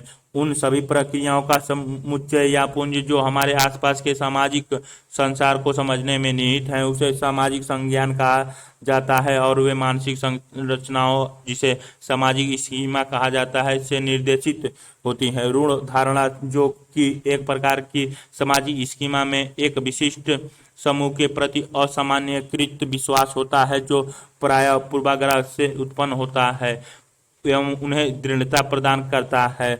छवि निर्माण एक व्यवस्थित तरीके से होता है तथा प्रथम एवं आसन्नता प्रभाव तथा परिवेश प्रभाव जैसे प्रभाव को प्रदर्शित करता है। लोग आंतरिक एवं बाह्य कारणों को अपने तथा दूसरों के व्यवहार एवं अनुभव जैसे सफलता एवं असफलता के हेतु निर्धारित करते हैं। गुणारोपण ऐसे प्रभाव जैसे मूल गुणारोपण त्रुटि एवं कर्ता प्रेक्षक प्रभाव प्रदर्शित करता है। दूसरों की उपस्थिति में भाव प्रबोधन एवं मूल्यांकन बोध के कारण परिचित कार्यों के निष्पादन में सुधार हो सकता है। सामाजिक सुकरीकरण तथा अपरिचित अथवा नए कार्यों का निष्पादन पर खराब हो सकता है। सामाजिक अवरोध, लोग दूसरों जरूरतमंदों की सहायता करके उनके प्रति अनुक्रिया करते हैं। समाजोपकारी व्यवहार, परंतु यह अनेक कारकों के द्वारा निर्धारित होता है। परियोजनाएं एक अवशिष्ट प्रबंधन के प्रति अभिवृत्ति एवं जागरूकता। एक सर्वेक्षण, अधिकांश भारतीय शहरों में कूड़ा कचरा घरेलू अपशिष्ट एक आम समस्या है। स्वच्छ पर्यावरण के प्रति सजगता बढ़ रही है, परंतु हम यह नहीं जानते कि किस हद तक नागरिक यह जानते हैं कि अपने घर में जमा होने वाले कूड़े कचरे का निपटान कैसे किया जाए। आपने कुछ सहपाठियों के साथ अपनी कॉलोनी या मोहल्ले में यह पता लगाने के लिए कि लोग घरेलू कूड़े कचरे के लिए क्या करते हैं, एक सर्वेक्षण कीजिए। आप प्रत्येक विद्यार्थी अपने कॉलोनी या मोहल्ले के 2 घरों में जाए और निम्नलिखित प्रश्न पूछे। उनके उत्तरों को लिखे लेना चाहिए। सभी विद्यार्थी द्वारा एकत्रित की गई अनुक्रियाओं रिस्पॉन्सनेस की तुलना कीजिए और देखिए कि लोग में घरेलू स्तर पर अवशिष्ट प्रबंधन के प्रति किस प्रकार की अभिवृत्ति एवं जागरूकता है। को आप पुराने समाचार पत्र पत्रिकाओं, टीनों एवं बोतलों की क्या करते हैं। आप प्लास्टिक के डिब्बों एवं दूसरे प्लास्टिक की वस्तुओं जैसे खिलौने, पात्रों आदि का क्या करते हैं। आप रसोई के कचरे जैसे सब्जी फल के छिलके, उपयोग की हुई चाय की पत्तियां या टी बैग, न खाने योग्य बचा हुआ भोजन आदि का निपटान कैसे करते हैं। आप दूसरे प्रकार की उपयोग की जा रही वस्तुओं जिनमें रासायनिक पदार्थ जैसे टार्च की बैटरी, खराब या टूटी हुई सीडी, कैसेट, कीटनाशी एवं पेस्टनाशी के डिब्बे आदि होते हैं, इनका निपटान कैसे करते हैं। क्या आप अपने घरों में रोज एकत्र किए गए कूड़े कचरे को एक ही स्थान पर रखते हैं, या आप विभिन्न प्रकार के कूड़े कचरे को अलग अलग कूड़ों के डिब्बे में कचरा पेटी में डालते हैं। आपके घर एवं प्रतिवेश अड़ोस पड़ोस से एकत्रित किए गए कूड़े कचरे का क्या किया जाता है और इसे कहाँ ले जाया जाता है। पुनर्चक्रण रिसाइकलिंग का क्या अर्थ है। आप व्यक्तिगत रूप से अपनी कॉलोनी या प्रतिवेश को अधिक अच्छे स्वच्छ रखने के लिए क्या कर सकते हैं। अंत वैयक्तिक मूल्यांकन अभ्यास, निम्नलिखित अभ्यास आपको यह समझने में सहायक होगा कि आप एवं आपका सर्वश्रेष्ठ मित्र एक दूसरे को कितनी अच्छी तरह से जानते हैं। ये नीचे सूचीबद्ध किए गए प्रत्येक गुण का स्वयं के बारे में स्तंभ 1 और अपने श्रेष्ठ मित्र के बारे में स्तंभ 2 मूल्यांकन कीजिए। अपने मित्र से भी इसी प्रकार का मूल्यांकन स्वयं के लिए स्तंभ 1 और आपके लिए स्तंभ 2 करने के लिए कहिए। निम्नलिखित निर्धारण मापनी का उपयोग कीजिए। इस गुण पर बहुत कम 1, 2 पर कम, न अधिक न कम 3, अधिक 4, इस गुण पर बहुत अधिक 5। जब आप एवं आपका मित्र मूल्यांकन कार्य कर ले, तब आपने मित्र की अनुक्रिया पत्र से स्तंभ 2 के मापनीय मूल्य को अपने पत्र के स्तंभ 3 में लिख ले। प्रत्येक गुण के लिए स्तंभ 3 एवं स्तंभ 1 में मापनीय मूल्य की तुलना कीजिए। अपने मित्र से भी ऐसा करने के लिए कहिए, अर्थात वह आपके स्तंभ के मापनीय मूल्य को अपने मित्र के स्तंभ 3 में लिख ले एवं इस मापनीय मूल्य की तुलना अपने स्तंभ 1 के मापनीय मूल्यों से करें। स्तंभ 3 के मापनीय मूल्यों में स्तंभ 1 के मापनीय मूल्यों से घटाकर स्तंभ 4 में लिखें। स्तंभ 1 आप अपना स्वयं मूल्यांकन कीजिए। स्तंभ 2, आप अपने मित्र का मूल्यांकन कीजिए। स्तंभ 3, आपका आपके मित्र द्वारा मूल्यांकन। स्तंभ 4, स्तंभ 3 और स्तंभ 1, मैत्रीपूर्ण, मित्रवत, तनावपूर्ण, निश्चलन, मधुर, नए विचारों के लिए खुलापन। निम्नलिखित की जांच कीजिए। स्तंभ 4 में कोई शून्य है, किसी गुण में सर्वाधिक अंतर, किस गुण में न्यूनतम अंतर है। शून्य के अतिरिक्त क्या आम तौर पर जो आप मापनीय मूल्य आपके मित्र ने आपको दिया है उसकी तुलना में आप स्वयं को अधिक या कम मापनीय मूल्य दिया है। क्या जो आप मापनीय मूल्य आपने अपने मित्र को दिया है उसकी तुलना में आपके मित्र ने स्वयं को अधिक या कम मापनीय मूल्य दिया है। मात्र अंतर की दिशा जानने के लिए अंतर का चिन्ह धन या ऋण लिख लेना चाहिए। यह आप दोनों के लिए स्तंभ 3 और स्तंभ 1 की मापनीय मूल्य जितना समीप होगा उतना ही बेहतर आप एक दूसरे को जानते हैं। आप अपने स्तंभ 1 को अपने मित्र के स्तंभ 1 से तुलना भी कर सकते हैं। ये दोनों मूल्यांकन जितने ही समान होंगे उतने ही अधिक समानता आपके और आपके मित्र में होगी। बेबलिंग से TIP psychology organisation attitude, HTM से या चेंजिंग जी minds organiser explanation theories, HHM से या 12 मैनेज कॉम method Heider attribution theories, W answer कॉम टॉपिक सोशल फैसिलेशन से शैक्षिक संगत अभिवृत्ति के विषय में विद्यार्थी को एक तरफ अभिवृत्तियों स्वभव्य घटक या ABC घटक सहित तथा दूसरी तरफ अभिवृत्तियों से संबंध व्यवहार के मध्य विभेद या अंतर को समझना चाहिए। अभिवृत्ति परिवर्तन को स्पष्ट करने के लिए विद्यार्थी को अभिवृत्ति परिवर्तन के वास्तविक जीवन के उदाहरण के बारे में सोचने के लिए प्रोत्साहित करना चाहिए, जैसे संचार माध्यम के द्वारा अपने उत्पादों के बिक्री संवर्धन के लिए विज्ञापनदाताओं द्वारा किए गए प्रयास। इसके बाद चर्चा कीजिए कि अभिवृत्ति परिवर्तन के ये प्रयास क्या वास्तव में सफल रहे या नहीं। स्कीमा आगता एवं पूर्वाग्रह के संबंध को समझने में सक्षम बनाने के लिए विद्यार्थी को उदाहरण देकर यह समझाया जा सकता है कि आगत रूपों के प्रकार के रूप में रूढ़ धारणाएं किस प्रकार से पूर्वाग्रह को उत्पन्न करती हैं। सामाजिक संज्ञान के विषय पर विद्यार्थियों को यह समझने में सक्षम होना चाहिए कि छवि निर्माण एवं गुणरोपण मूल संज्ञानात्मक प्रक्रियाओं हैं जो दूसरे व्यक्तियों के बारे में सूचनाओं के प्रक्रमण करने में सहायक होती हैं। इस संदर्भ में स्कीमा की भूमिका पर बल दिया जाना चाहिए। सामाजिक सुकरीकरण एवं समाजोपकारी व्यवहार की चर्चा में इस बात पर बल देना चाहिए कि यह सामाजिक जीवन के संज्ञानात्मक पक्ष के स्थान पर व्यवहारात्मक पक्ष को अधिक महत्व देता है।